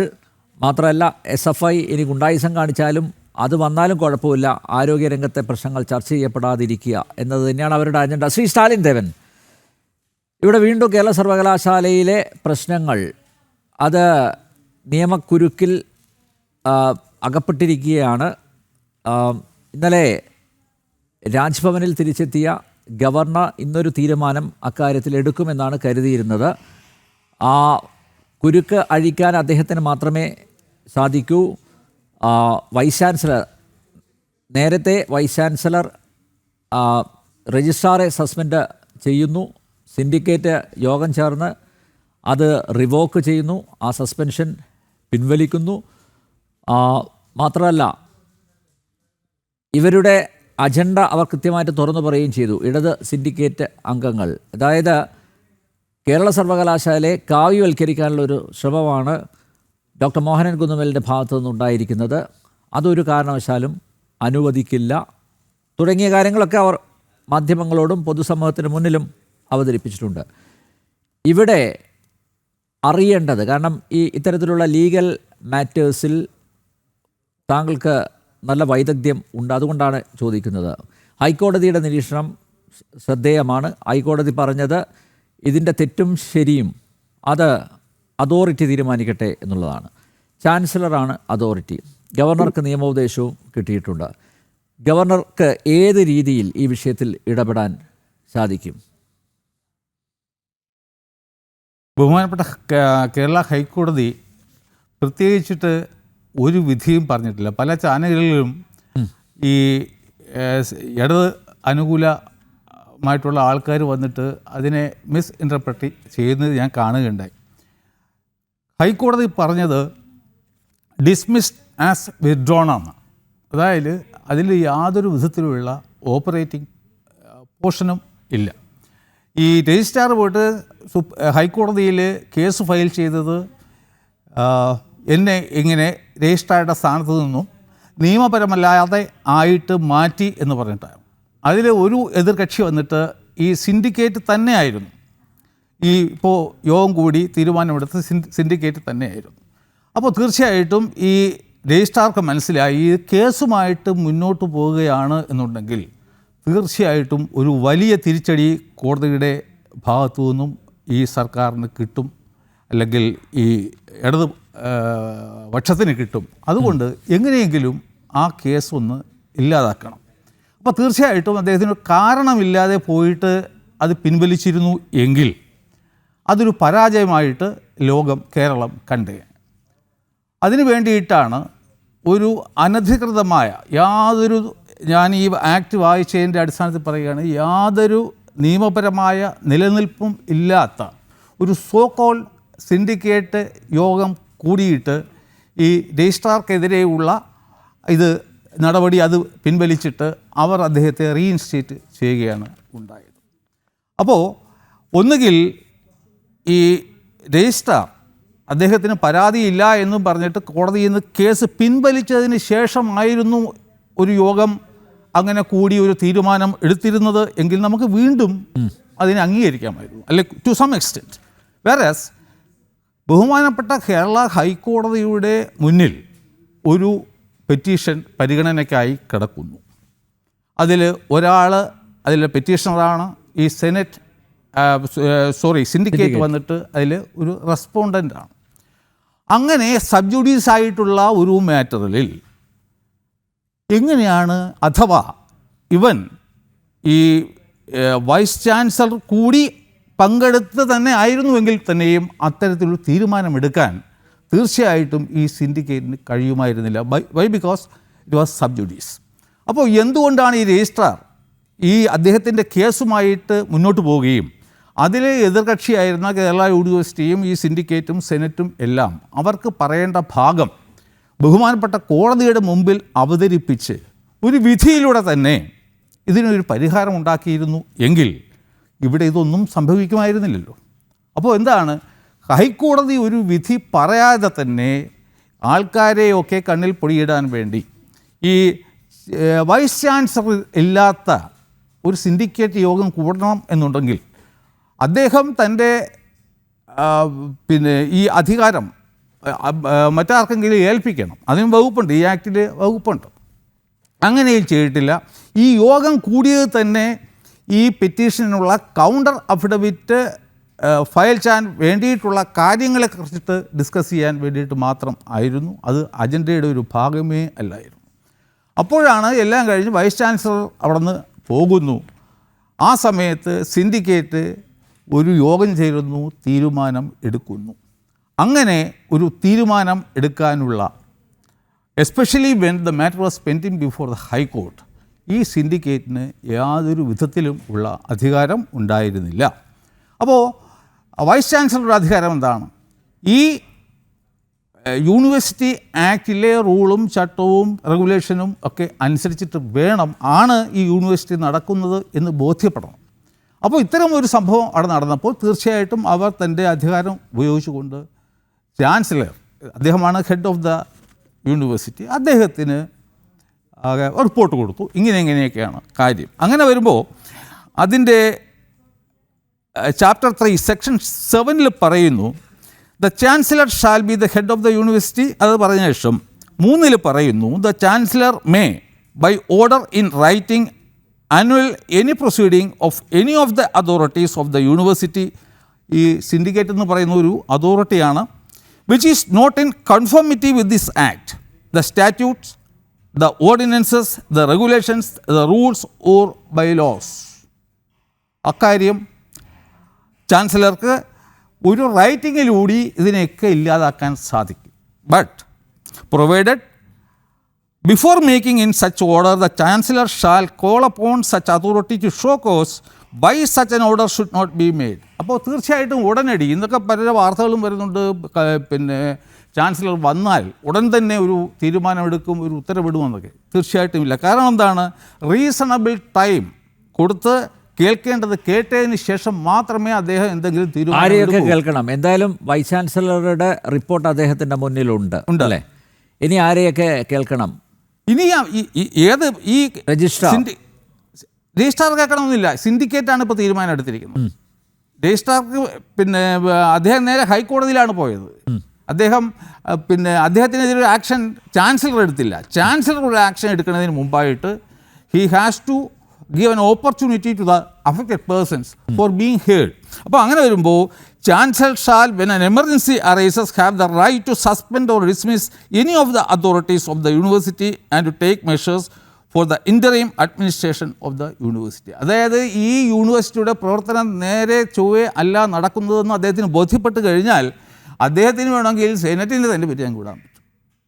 സെനറ്റല്ല, ഈ സിൻഡിക്കേറ്റാണല്ലോ ഇപ്പോൾ എടുത്തത്. അപ്പോൾ അത്രയും വലിയ പവറാണ്, സർക്കാരാണല്ലോ ഈ ആക്ട് ഉണ്ടാക്കുക. ഈ ഗവർണറല്ല ചാൻസലർക്ക് എന്നുള്ള ആ ഒരു എക്സ് ഒഫീഷ്യോ പൊസിഷനിൽ കൊടുത്തിരിക്കുന്ന അധികാരങ്ങൾ വളരെ ശക്തവും വളരെ വിശാലവുമായതാണ്. അതുകൊണ്ട് അവിടുത്തെ ഈ കേരള യൂണിവേഴ്സിറ്റിയിലെ രജിസ്ട്രാർക്ക് വളരെ വലിയ ഒരു അബദ്ധം ആണ് സംഭവിച്ചിരിക്കുന്നത്. ഇനിയിപ്പോൾ ചാൻസലർ ഇത്തരത്തിലൊക്കെ എന്തെങ്കിലും ആക്ഷൻ എടുത്തു കഴിഞ്ഞാലും അവരുടെ മുന്നിലുള്ള ഏക പരിഹാര മാർഗം എന്ന് പറയുന്നത് വീണ്ടും ഹൈക്കോടതിയെ സമീപിക്കുക എന്നുള്ളതാണ്. അപ്പോൾ താൻ കൊടുത്തിരുന്ന പെറ്റീഷൻ തനിക്ക് പരിഹാരം കിട്ടി എന്ന് പറഞ്ഞിട്ട് കോടതിയിൽ നിന്നും പിൻവലിച്ച ഇതേ രജിസ്ട്രാർക്ക് ഒരുപക്ഷേ ഇനിയും ഹൈക്കോടതിയെ അതേ ആവശ്യം ഉന്നയിച്ചുകൊണ്ട് പോകേണ്ടി വരും. ഇതൊരു വലിയ അതായത് ഇതുവരെ ഈ കേരള യൂണിവേഴ്സിറ്റി ചരിത്രത്തിൽ അല്ലെങ്കിൽ സമാനമായിട്ടൊരു സംഭവം മറ്റൊരു യൂണിവേഴ്സിറ്റിയിലും നടന്നു കാണത്തില്ല. ഇത് ആദ്യമായിട്ട് ഒരു സംഭവം ഇങ്ങനെ ഉരുത്തിരിഞ്ഞ് വരികയാണ്. 2 ആൾക്കാർ നിൽക്കുന്നു, ഒരു കസേരയേ ഉള്ളൂ. ഇതിന് ഒരു പരിഹാരം ഉണ്ടാക്കിയേ പറ്റൂ. ആ പരിഹാരം ബഹുമാനപ്പെട്ട കേരള ഹൈക്കോടതിയിലൂടെ മാത്രമേ നേടാൻ പറ്റുള്ളൂ. അത് ഇനിയും ഈ പോരാട്ടം നീണ്ടു പോകും. അന്ന് വരെ ഈ SFI പിള്ളേർ ഇങ്ങനെ ഇത്രയും പ്രതിഷേധം കാണിക്കാനുള്ള ആരോഗ്യം അവർക്കുണ്ടാകുമോ എന്ന് തന്നെയാണ് എനിക്ക് സംശയം. എന്തായാലും ഇതിനൊരു അവസാനം വരുന്നത് ഹൈക്കോടതിയിൽ നിന്നും ഈ പിന്നെ സിൻഡിക്കേറ്റിന് എതിരായി കൊണ്ട് തന്നെ ആയിരിക്കും എന്നുള്ള ഒരു കാര്യത്തിൽ യാതൊരു സംശയവുമില്ല. കാരണം അതാണ് ഈ യൂണിവേഴ്സിറ്റിയുടെ 1970 താങ്കളുടെ എക്സ്പെക്ടേഷൻ അല്ലേ? അതാണ് താങ്കളുടെ എക്സ്പെക്ടേഷൻ. എൻ്റെ എക്സ്പെക്ടേഷൻ അതാണ്. ഞാൻ ഈ ആക്ട് പഠിച്ചതിൻ്റെ വെളിച്ചത്തിൽ അതുകൊണ്ട് തന്നെയാണ് ഈ പിന്നെ രജിസ്ട്രാർ കൊടുത്തിരുന്ന റിപ്പറ്റേഷൻ അദ്ദേഹം പിൻവലിച്ചത്. Okay yes. ശ്രീ ഗോപകുമാർ, എന്തായാലും പോലീസ് FIR രജിസ്റ്റർ ചെയ്തിട്ടുണ്ട്. SFI സംസ്ഥാന സെക്രട്ടറിയെ അടക്കം പ്രതി ചേർത്തിട്ടുണ്ട്. പൊതുമുതൽ നശിപ്പിച്ചത്, പിന്നെ ദേഹോപദ്രവം, പോലീസുകാരെ ദേഹോപദ്രവം ഏൽപ്പിച്ചത് ഒക്കെ ചാർജസ് ആണ്. അതൊക്കെ അറിയാം നമുക്ക്. ഇനി ഇതൊക്കെ ഒരു അഡ്ജസ്റ്റ്മെൻ്റാണ്, നാടകമാണ് എന്നെല്ലാവർക്കും അറിയാം. ഇതൊക്കെ പിന്നീട് പിൻവലിക്കുമല്ലോ. ഇന്ന് ഡോക്ടർ സിസ തോമസ് തന്നെയായിരുന്നല്ലോ ഇവരുടെ ടാർഗറ്റ്. കേരളത്തിലെ സർവകലാശാലകളിലെ ഒന്നിലും ഈ വൈസ് ചാൻസലർമാരെ അവരുടെ വിഹിതത്തിന് വഴങ്ങാത്തവരെ പ്രവർത്തിക്കേണ്ട എന്നുള്ളതാണ് SFIയുടെ നിലപാട്. ഇപ്പൊ കേരള സർവകലാശാലയിലെ മോഹൻ കുന്നുമ്മൽ സാർ വന്ന സമയത്തും അതുപോലെ അദ്ദേഹത്തിന്റെ പല നിലപാടുകളോടും അദ്ദേഹം സർവകലാശാലയിൽ വരുന്നത് തടയാൻ വേണ്ടി ഏതാനും മാസങ്ങൾക്ക് മുമ്പ് അവിടെ കുടിൽ കെട്ടി സമരം ചെയ്തു. ഇപ്പോ ഡോക്ടർ സിസ തോമസ് മാഡം താൽക്കാലിക ചാർജുള്ള വൈസ് ചാൻസലറായിട്ട് കേരള സർവകലാശാലയിലേക്ക് വരുന്ന സമയത്ത് സർവകലാശാലയുടെ ജീവനക്കാര് അതേപോലെ തന്നെ സർവകലാശാലയിലെ അധ്യാപകര് ഇവരെ പ്രധാന കവാടം ഉപരോധിക്കുകയായിരുന്നു. അവർക്ക് പ്രധാന കവാടത്തിൽ കൂടെ വൈസ് ചാൻസലറുടെ ചേംബറിലേക്ക് സർവകലാശാലയ്ക്കുള്ളിലേക്ക് കടക്കാൻ കഴിയാത്ത സാഹചര്യം ഉണ്ടായി. അതേപോലെ തന്നെ ആ സമയത്ത് അവര് സെനറ്റ് ഹാൾ വഴി കടന്നാണ് വൈസ് ചാൻസലറുടെ ഓഫീസിലേക്ക് വരാൻ കഴിഞ്ഞിട്ടുള്ളത്. തൊട്ടടുത്ത ദിവസം SFI സമരക്കാർ വന്നിട്ട് അവരെ തടയാൻ ശ്രമിച്ചു. സർവകലാശാലയിലേക്ക് കടന്നു വന്ന വൈസ് ചാൻസലർ രണ്ടാം ദിവസം തടയാൻ ശ്രമിച്ചു. അതേപോലെ തന്നെ പിന്നീട് SFIക്കാര് അവരെ കടക്കാൻ അനുവദിക്കില്ല എന്ന് വെല്ലുവിളിച്ചുകൊണ്ട് അവരുടെ ഔദ്യോഗിക ജീവിതത്തെ ജീവനക്കാരും സിൻഡിക്കേറ്റ് അംഗങ്ങളും അവരെ വെല്ലുവിളിച്ചു. 2 ദിവസം മുൻപ് ഈ കേസുമായി ബന്ധപ്പെട്ട സർവകലാശാലയിലെ വിവരങ്ങൾ സമാഹരിച്ച് കൊടുക്കേണ്ട ഒരു സന്ദർഭം ഉണ്ടായി. അങ്ങനെ വന്ന സമയത്ത് സെക്ഷനിൽ പരിശോധിക്കാനായിട്ട് വൈസ് ചാൻസലർ പോകുന്ന സമയത്ത് സിൻഡിക്കേറ്റ് അംഗങ്ങൾ നേരിട്ട് അവിടെ ചെന്നിട്ട് ഭീഷണിപ്പെടുത്തുകയാണ്. നിങ്ങൾ സർവകലാശാലയുടെ സെക്ഷനുകളിലേക്ക് പോകാൻ പാടില്ല, നിങ്ങൾ രജിസ്ട്രാറിനോട് ചോദിച്ചിട്ട് ആവശ്യമായ വിവരങ്ങൾ ശേഖരിച്ചു കൊള്ളണം, ചേംബറിൽ ഇരിക്കാനേ പാടുള്ളൂ, സർവകലാശാലയ്ക്ക് പുറത്തേക്ക് ഇറങ്ങി ജീവനക്കാരോട് ആശയവിനിമയം നടത്താനോ അത്തരത്തിൽ വിവരങ്ങൾ ശേഖരിക്കാനോ സെക്ഷനുകൾ പരിശോധിക്കാനോ പാടില്ല. ഈ നിലയിൽ തിട്ടൂരം കൊടുക്കുകയാണ്. അതുപോലെ വൈസ് ചാൻസലർ എന്നുള്ള നിലയിൽ രജിസ്ട്രാറുടെ കേസ് സംബന്ധിച്ച് ഹൈക്കോടതിയിൽ സ്റ്റേറ്റ്മെന്റ് കൊടുക്കുന്ന സമയത്ത് ഞങ്ങൾ പറയുന്നത് അല്ലെങ്കിൽ സിൻഡിക്കേറ്റിന്റെ തീരുമാനം മാത്രമേ സർവകലാശാലയിൽ അറിയിക്കാൻ പാടുള്ളൂ. ഈ തരത്തിൽ സർവകലാശാലയുടെ വൈസ് ചാൻസലറെ വരുതിക്ക് നിർത്താൻ ശ്രമിക്കുകയാണ്, ഭീഷണിപ്പെടുത്തി. സെക്ഷനിൽ പോകാൻ പാടില്ല, ഞങ്ങൾ പറയുന്നത് കോടതി കേസിൽ കൊടുക്കണം. ഈ തരത്തിൽ എത്രയൊക്കെ സമ്മർദ്ദം ചെലുത്താമോ ആ തരത്തിലൊക്കെ ഭീഷണിപ്പെടുത്തുകയാണ്. അതുപോലെ അങ്ങ് കഴിഞ്ഞ ചോദ്യത്തിൽ ഒന്ന് സൂചിപ്പിക്കുകയുണ്ടായി, സിൻഡിക്കേറ്റ് യോഗം ചേർന്ന് സസ്പെൻഷൻ റിവോക്ക് ചെയ്യുന്നു എന്നുള്ളത്. അങ്ങനെ ഒരു യോഗം നടന്നതായിട്ട് നമുക്ക് അംഗീകരിക്കാൻ കഴിയില്ല. ബഹുമാനപ്പെട്ട വൈസ് ചാൻസലർ ഒരു അജണ്ട വെച്ചാണ് യോഗം വിളിച്ചത്, ഫൈനലൈസേഷൻ ഓഫ് ഫാക്ച്വൽ റിപ്പോർട്ട്. അതായത് ഈ രജിസ്ട്രാറുടെ കേസ് സംബന്ധിച്ച് ഹൈക്കോടതിയിൽ കൊടുത്ത കേസിൽ അദ്ദേഹം 5 റെസ്പോണ്ടൻസിനെയാണ് ഉൾപ്പെടുത്തിയിട്ടുള്ളത്. അതിലൊരു റെസ്പോണ്ടന്റ് എന്നുള്ള നിലയിൽ സർവകലാശാല സിൻഡിക്കേറ്റിന്റെ ഉത്തരവാദിത്വം പാലിക്കാൻ വേണ്ടിയിട്ട് ഫാക്ച്വൽ റിപ്പോർട്ട് തയ്യാറാക്കാൻ വേണ്ടിയിട്ടാണ് ആ അജണ്ട വെച്ചാണ് യോഗം വിളിച്ചത്. അജണ്ടയ്ക്ക് പുറമെ കോടതിയുടെ പരിഗണനയിലിരിക്കുന്ന ഒരു വിഷയത്തിൽ തീരുമാനം എടുക്കണമെന്നാണ് ആ സമയത്ത് ഇടതു സിൻഡിക്കേറ്റ് അംഗങ്ങൾ വാശി പിടിച്ചത്. അപ്പോൾ പലപ്പോഴും അവർ പറയാറുണ്ട് കോടതിയെ ബഹുമാനിക്കാറുണ്ട്. മാത്രമല്ല അവർ പോകുന്നിടത്തും നടക്കുന്നിടത്തും ഒക്കെ ഇപ്പോ ഭരണഘടനയുടെ പകർപ്പുകൊണ്ടാണ് നടക്കുന്നത്. രജിസ്ട്രാർ സസ്പെൻഡ് ചെയ്ത് പുറത്തു പോയിട്ട് തിരിച്ച് അദ്ദേഹം അടുത്ത ദിവസം സർവകലാശാലയിൽ വന്നു. സസ്പെൻഷൻ നടത്തിയതിനു ശേഷം സസ്പെൻഡ് ചെയ്യപ്പെട്ട വൈസ് ചാൻസലർ രജിസ്ട്രാർ പിറ്റേ ദിവസം സർവകലാശാലയിൽ വന്നു. അദ്ദേഹം ഈ തരത്തിൽ ഒരു ഭരണഘടനയുടെ പകർപ്പ് കൊടുത്താണ് അദ്ദേഹത്തെ സ്വീകരിച്ചത്. സസ്പെൻഡ് ചെയ്യപ്പെട്ട ഒരു ഉദ്യോഗസ്ഥൻ സർവകലാശാലയ്ക്കുള്ളിൽ വരാൻ പാടില്ല എന്നുള്ള സാമാന്യ നിയമം പോലും അറിയാത്ത ആ ആള് ഭരണഘടന വാങ്ങി വെക്കുകയാണ്. അതേപോലെ തന്നെ ഭരണഘടനയെ കുറിച്ച് എപ്പോഴും പറയുന്ന ആള് ഭരണഘടനാ പദവി അനുസരിച്ച് ഭരണഘടന അനുശാസിക്കുന്ന നിയമം അനുസരിച്ച് 4ാമത്തെ ഉന്നത പദവിയിലിരിക്കുന്നയാളാണ് നമ്മുടെ കേരളത്തിന്റെ ഗവർണർ. അങ്ങനെ ഭരണഘടനാപരമായി 4ാമത്തെ പദവിയിലിരിക്കുന്ന ഗവർണർ പങ്കെടുക്കുന്ന ഒരു ചടങ്ങ് അലങ്കോലപ്പെടുത്താൻ രജിസ്ട്രാർ എന്നുള്ള നിലയിൽ താൻ പോകരുത് എന്ന് അദ്ദേഹത്തിന് എന്തുകൊണ്ട് ഡോക്ടർ KS അനിൽകുമാർ സാറിന് മനസ്സിലായില്ല? അദ്ദേഹം ഈ ഭരണഘടനയൊക്കെ വാങ്ങി എവിടെയാണ് സൂക്ഷിക്കുന്നത്? ഒന്ന് യാത്രക്കിടയിലോ ഏതെങ്കിലും ഒഴിവു സമയം കിട്ടതെങ്കിൽ ഒന്ന് മറിച്ചു നോക്കിയിരുന്നെങ്കിൽ ഈ തരത്തിൽ അദ്ദേഹത്തിന് അബദ്ധം പറ്റുമായിരുന്നില്ല. ഭരണഘടനയുടെ 4ാമത്തെ പദവി അലങ്കരിക്കുന്ന ഉന്നത വ്യക്തിത്വം ആ പദവിയിലിരിക്കുന്ന ആളുടെ അപമാനിക്കാൻ അദ്ദേഹം ഒരിക്കലും തയ്യാറാവില്ലായിരുന്നു. അപ്പൊ ഈ ഭരണഘടനയെ കുറിച്ച് ഒരു ഭാഗത്ത് പറയും, സ്റ്റാറ്റ്യൂട്ടിനെ കുറിച്ച് ഒരു ഭാഗത്ത് പറയും, ബഹുമാനപ്പെട്ട കോടതിയെ കുറിച്ച് പറയും. ഇങ്ങനെയൊക്കെ പറയുന്നവർ തന്നെ ഇതൊക്കെ വളരെ ഭംഗിയായിട്ട് ലംഘിച്ചുകൊണ്ട് ഓരോരോ കാര്യങ്ങൾ ചെയ്യുകയാണ്. അപ്പൊ ഇന്ന് തന്നെ ഈ ബഹുമാനപ്പെട്ട വൈസ് ചാൻസലർ അവിടെ ഉണ്ടായിരുന്നെങ്കിൽ ഞാൻ മനസ്സിലാക്കുന്നത് ഇപ്പോ 27 കുട്ടികൾക്കെതിരെയാണ് SFIക്കാർക്കെതിരെയാണ് കേസെടുത്തിട്ടുള്ളത്. ജാമ്യമില്ലാത്ത വകുപ്പ് പ്രകാരം കേസെടുത്തിരിക്കുന്നു എന്നാണ് കാണുന്നത്, കിട്ടുന്ന വിവരം. 1000 പേരെ കണ്ടാൽ അറിയാവുന്നവരെ പ്രതി ചേർത്തും കേസെടുത്തിട്ടുണ്ട്. യഥാർത്ഥത്തിൽ അവിടെ വൈസ് ചാൻസലർ ഉണ്ടായിരുന്നെങ്കിൽ എന്തായിരിക്കും സ്ഥിതി?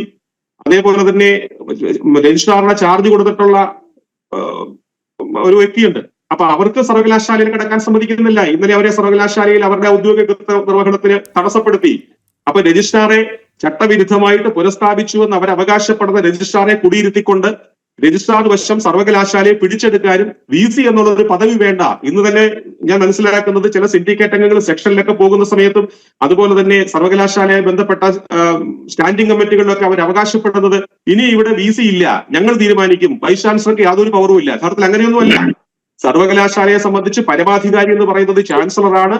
ആ ചാൻസലർക്ക് താഴെ വൈസ് ചാൻസലറാണ് സർവകലാശാലയുടെ ഉത്തരവാദിത്തങ്ങൾ നിർവഹിക്കാൻ നിയോഗിക്കപ്പെട്ട അല്ലെങ്കിൽ പരമാധികാരി. അദ്ദേഹത്തിനെ സഹായിക്കാനുള്ള ഒരു ബോഡി എന്നുള്ള നിലയിലെ സിൻഡിക്കേറ്റ് ഉള്ളൂ.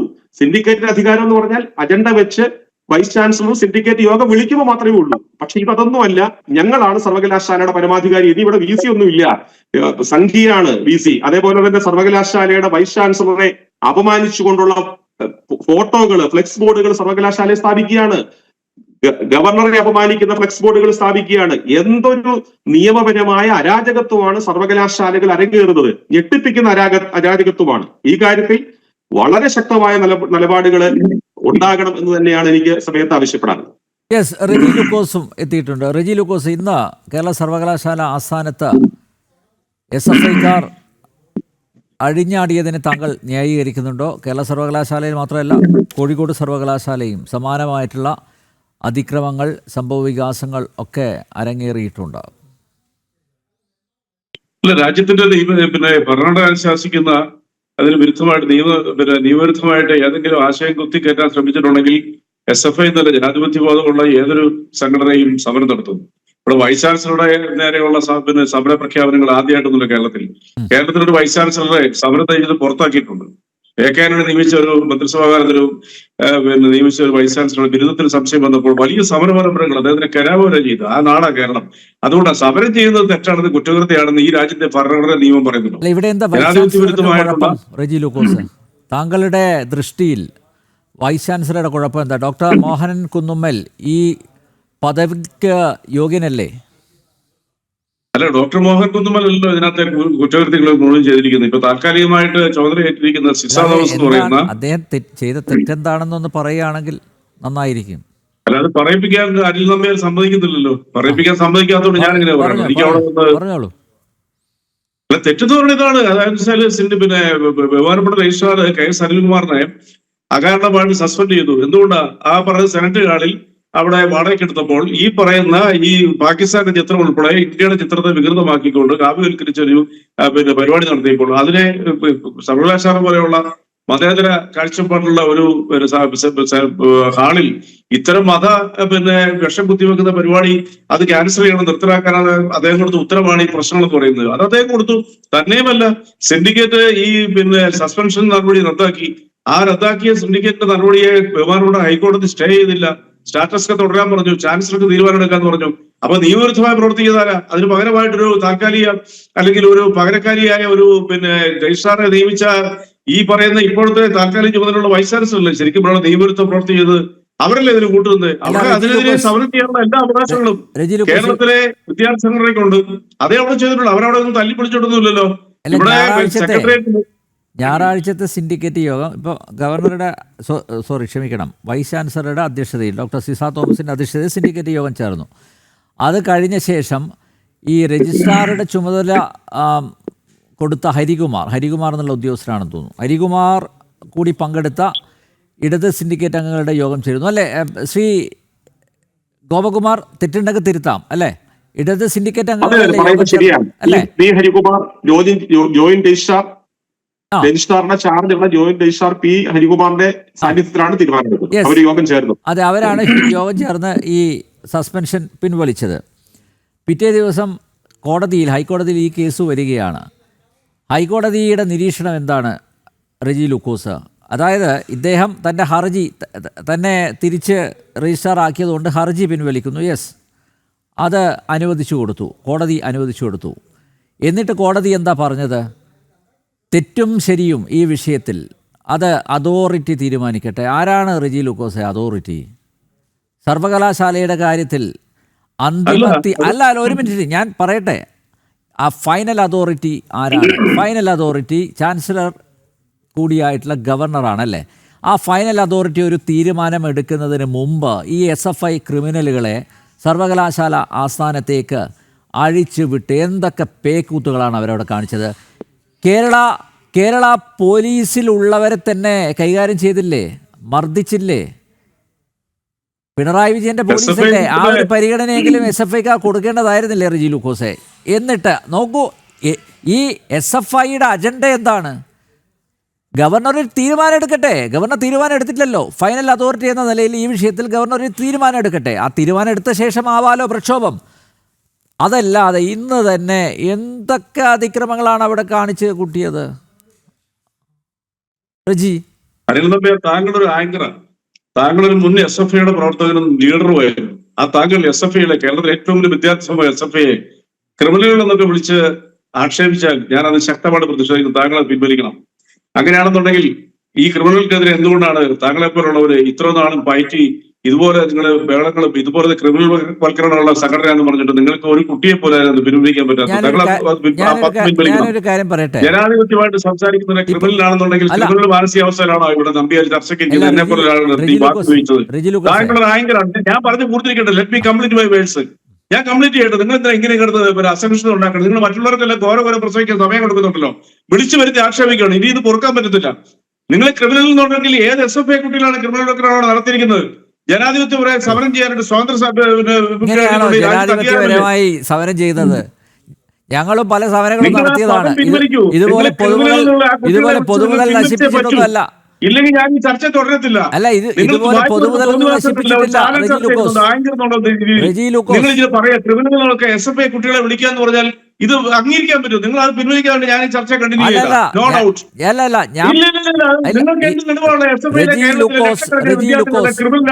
ഞാൻ ക്രിമിനൽ എന്ന് പറയാനുള്ള അടിസ്ഥാനം ക്രിമിനൽ കൂട്ടം നിങ്ങൾ പറയാൻ നിങ്ങൾക്ക് എന്താ അധികാരം? നിങ്ങൾ ചർച്ച നയിക്കുന്ന ആളാ. ക്രിമിനലുകളെ പോലെ പെരുമാറിയതുകൊണ്ട്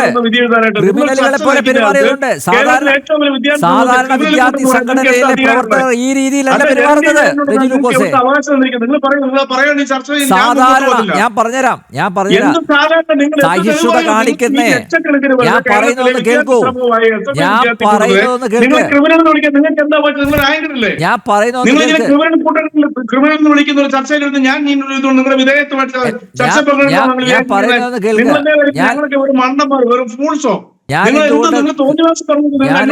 ക്രിമിനൽ എന്ന് വിളിച്ചത്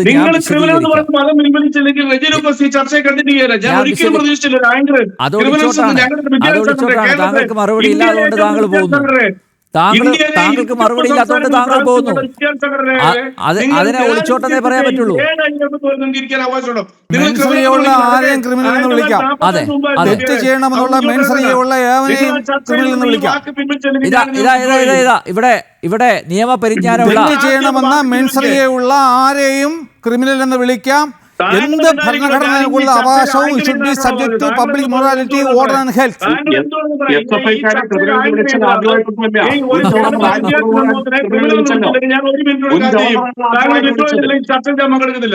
നോ ഡൗട്ട്. നിങ്ങൾ എന്താ വിചാരിക്കുന്നത്? കേരളം ക്രിമിനൽ കൂട്ടണോ? ചോദ്യത്തിന് മറുപടി പറയൂ റജി ലൂക്കോസേ. നിങ്ങൾ ഈ ചോദ്യത്തിന് മറുപടി പറയാതെ, ചോദ്യത്തിന് മറുപടി ഇല്ലെങ്കിൽ അത് തുറന്നു പറ. അല്ലാതെ SFIക്കാരെ ക്രിമിനൽ എന്ന് വിളിച്ചതുകൊണ്ട് ഞാൻ ഈ ചർച്ച ബഹിഷ്കരിക്കുന്നു എന്ന് പറഞ്ഞു കഴിഞ്ഞാൽ ഇത് കാണുന്ന പ്രേക്ഷകർ എന്താ ധരിക്കുക? റജി ലൂക്കോസേ,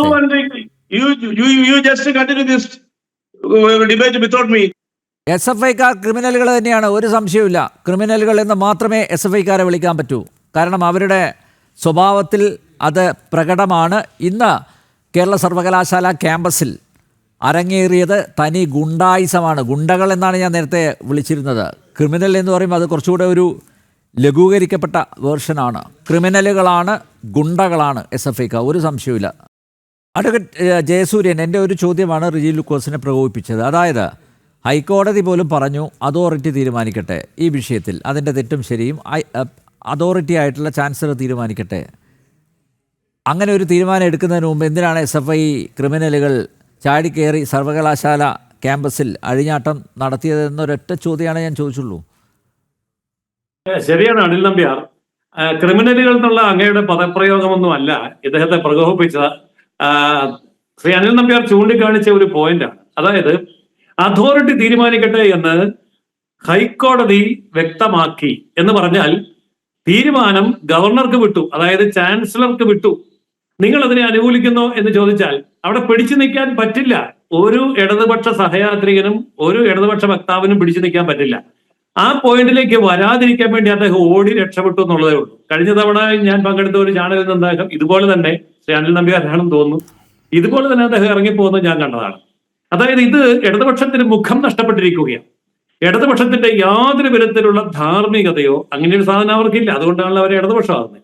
അപ്പോ ധാർമ്മികതയോ നിയമപരമായിട്ടുള്ള നിലനിൽപ്പോ ന്യായമോ യുക്തിയോ ഒന്നുമില്ല. സംഗതി ഇത്രയേ ഉള്ളൂ, സർവകലാശാലയെന്നല്ല സകലതും ഞങ്ങൾ ഭരിക്കും, ഞങ്ങളാണ് തീരുമാനിക്കുന്നത്. ഇപ്പോൾ തന്നെ നമുക്കറിയാമല്ലോ, ആരോഗ്യ രംഗത്ത് ആയുഷ്മാൻ ആരോഗ്യ മന്ദിർ എന്ന് പറഞ്ഞ പേര് ഞങ്ങൾ എഴുതിയില്ല. എഴുതാത്തതിന്റെ പേരിൽ എന്ത് നഷ്ടം വന്നാലും ഞങ്ങൾ സഹിക്കും. മുഖ്യമന്ത്രി ആരോഗ്യമന്ത്രി പറഞ്ഞു 2.5 കൊല്ലക്കാലം ആ നിലപാടിൽ ഉറച്ചു നിന്നു. 2860 കോടി രൂപ സംസ്ഥാനത്തിന് നഷ്ടം വന്നു. ആശുപത്രി ജീവനക്കാർക്ക് ശമ്പളം കൊടുക്കാൻ കാശില്ലാതെ വന്നപ്പോ അവസാനം അത് അംഗീകരിച്ചു. ഇതുപോലെ എല്ലാ കാര്യങ്ങളിലും സമൂഹം മുന്നോട്ട് പോകുന്ന സമയത്തൊക്കെ ഈ കേരളത്തിന്റെ കമ്മ്യൂണിസ്റ്റ് പ്രസ്ഥാനം എന്താ ചെയ്തിരിക്കുന്നത്? എല്ലാ കാര്യത്തിനും എതിരെ സമരം ചെയ്യും. എല്ലാ പുരോഗമനപരമായിട്ടുള്ള എല്ലാ നടപടികൾക്കുമെതിരെ സമരം ചെയ്യും. എന്നിട്ട് അവസാനം 20-40 വർഷം കഴിയുമ്പം അത് തന്നെ നടപ്പാക്കുകയും ചെയ്യും. ഞാനിതിന്റെ ലിസ്റ്റൊന്നും കേരളത്തിന് മുമ്പിൽ പറയേണ്ട കാര്യമില്ല. വിദ്യാഭ്യാസ രംഗത്ത് തന്നെ എന്തെല്ലാം കാര്യങ്ങളിൽ ഇതേ നിലപാട് ഇടതുപക്ഷം സ്വീകരിച്ചിട്ടുണ്ട്. അവസാനം അതേ ഇടതുപക്ഷം തന്നെ അത് തിരുത്തി അത് നടപ്പാക്കിയിട്ടുമുണ്ട്. അപ്പോൾ ഇപ്പോൾ ഇവർ ചെയ്യുന്ന ഈ നിഴൽ യുദ്ധമുണ്ടല്ലോ, ഇതിന് കാര്യം ഇത്രയേ ഉള്ളൂ, സർവകലാശാലകൾ ഞങ്ങൾക്ക് ഭരിക്കണം. അവിടെ നട്ടലുള്ള ആർജവമുള്ള ഒരു വൈസ് ചാൻസലറോ ചാൻസലറോ വരാൻ പാടില്ല. അങ്ങനെ വരികയാണെങ്കിൽ CPM-ന് നേരിട്ട് സർവകലാശാല ഭരിക്കാം. അതിന് സെനറ്റ് ഉണ്ട്, അതിന് സിൻഡിക്കേറ്റ് ഉണ്ട്, അവിടെ ഭൂരിപക്ഷമുണ്ട്, ഞങ്ങൾക്ക് എന്തും ചെയ്യാം എന്നുള്ള ആ ധിക്കാരവും ധാർഷ്ട്യവും ഇപ്പോഴത്തെ ചാൻസലർക്ക് മുമ്പാകെ നടപ്പാവുകയില്ല, കോടതിയുടെ മുമ്പാകെ നടപ്പാവുകയില്ല എന്ന് ബോധ്യമായപ്പോൾ ഓടി രക്ഷപ്പെടുകയല്ലാതെ പിന്നെ മറ്റൊരു മാർഗവുമില്ല. SFIയുടെ ഭീകരനെ, ഞാനിപ്പോ ക്രിമിനലെന്നോ ഗുണ്ടെന്നൊന്നും വിളിക്കുന്നില്ല, അത് ചെറിയ വാക്കുകളാണ്. ഈ ഭീകരന്മാരെ അഴിച്ചുവിട്ടിട്ട് കേരള പോലീസിനെ കാവൽ നിർത്തുക, കേരള പോലീസ് അവർക്ക് സംരക്ഷണം കൊടുക്കുക, ഇതല്ലേ ചെയ്യുന്നത്. അങ്ങനെ ഒരു പിടിച്ചെടുക്കൽ പരിപാടി യൂണിവേഴ്സിറ്റി അങ്ങ് പിടിച്ചെടുത്ത് കളയാം, ചാൻസലറെ അനുസരിപ്പിച്ച് കളയാം, സിൻഡിക്കേറ്റിനെയും സെനറ്റിനെയും ഒക്കെ നോക്കുകുത്തിയാക്കി കളയാം, എന്നിട്ട് ഞങ്ങളങ്ങ് ഭരിക്കും, പാർട്ടിയുടെ ഓഫീസിൽ നിന്ന് ഞങ്ങളങ്ങ് ഭരിക്കും എന്ന് പറയുന്ന അത്യന്തം ഭീകരമായിട്ടുള്ള ഒരു ഭരണം. അതാണ് ഭരണകൂട ഭീകരത എന്ന് ഞാൻ ആദ്യം പറഞ്ഞത്. അതിന് വഴിപ്പെടാത്ത ആരെയും ഞങ്ങൾ നശിപ്പിക്കും, ഞങ്ങൾ ചെറുക്കും, ഞങ്ങൾ തോൽപ്പിക്കും. അതിന് പോലീസ് ഞങ്ങളുടെ കൂടെ നിൽക്കും. അതുകൊണ്ട് പോലീസിനെയും കൂടി ഉപയോഗിച്ചുകൊണ്ട് ഈ ഭരണകൂട ഭീകരത കേരളത്തിലെ സർവകലാശാലകൾക്ക് നേരെ ഒരു തുറന്ന യുദ്ധപ്രഖ്യാപനം തന്നെയാണ് നടത്തിയിരിക്കുന്നത്. ഇതിന്റെ പ്രതിപക്ഷത്ത് നിൽക്കുന്ന മുഴുവൻ 3.5 കോടി കേരള ജനതയാണ്, അവരുടെ മക്കളാണ്, അവരുടെ പഠിക്കേണ്ടവരാണ്. അതുപോലെ തന്നെ അധ്യാപകരായിട്ട് വരുന്നവര്, അവരെ സംബന്ധിച്ചിടത്തോളം അവരുടെ ദൗത്യം അവർക്ക് ചെയ്യാൻ സാധിക്കുന്നില്ല. അവരൊക്കെ ഭയപ്പെട്ടുകൊണ്ടാണ് നിൽക്കുന്നത്. ജീവനക്കാരെ മുഴുവൻ ഒരു തരം റെജിമെന്റലൈസേഷൻ നടത്തിയിട്ട് മുഴുവൻ സംവിധാനങ്ങളെയും പാർട്ടിയുടെ ചൊൽപ്പടിക്ക് നിർത്തിക്കൊണ്ട് പാർട്ടി ഭരണം അടിച്ചേൽപ്പിക്കുന്ന ഏകാധിപത്യത്തിന്റെ പരകോടിയിലെത്തിയിരിക്കുകയാണ്. അതായത് കമ്മ്യൂണിസവും കമ്മ്യൂണിസ്റ്റ് പാർട്ടിയുടെ ആ ഭരണവും അതിന്റെ അവസാനത്തോട് അടുക്കുന്നതിന്റെ സകല ലക്ഷണങ്ങളുമാണ് ഇപ്പോൾ കാണിച്ചുകൊണ്ടിരിക്കുന്നത്. അത് തന്നെയാണ് ഇപ്പോൾ ഇവിടെ നടന്നിരിക്കുന്നത്. അതുകൊണ്ട് ഇപ്പോ നമ്പ്യാർ പ്രയോഗിച്ച ആ പ്രയോഗമോ ഇവിടെ മറ്റുള്ളവർ പ്രയോഗിക്കുന്നതോ ഞാൻ പറയുന്നത് ഒന്നും വാക്കുകൾ കൊണ്ട്, ഡിക്ഷണറിയിലെ ഒരു പദം കൊണ്ടും ഇവരെ നമുക്ക് വിശേഷിപ്പിക്കാൻ കഴിയില്ല. പക്ഷേ ഇത് കേരളത്തിന് അത്യന്തം ഗൗരവതരമായ അപകടകരമായ ഒരു സിറ്റുവേഷനിലേക്കാണ് പോയിരിക്കുന്നത്.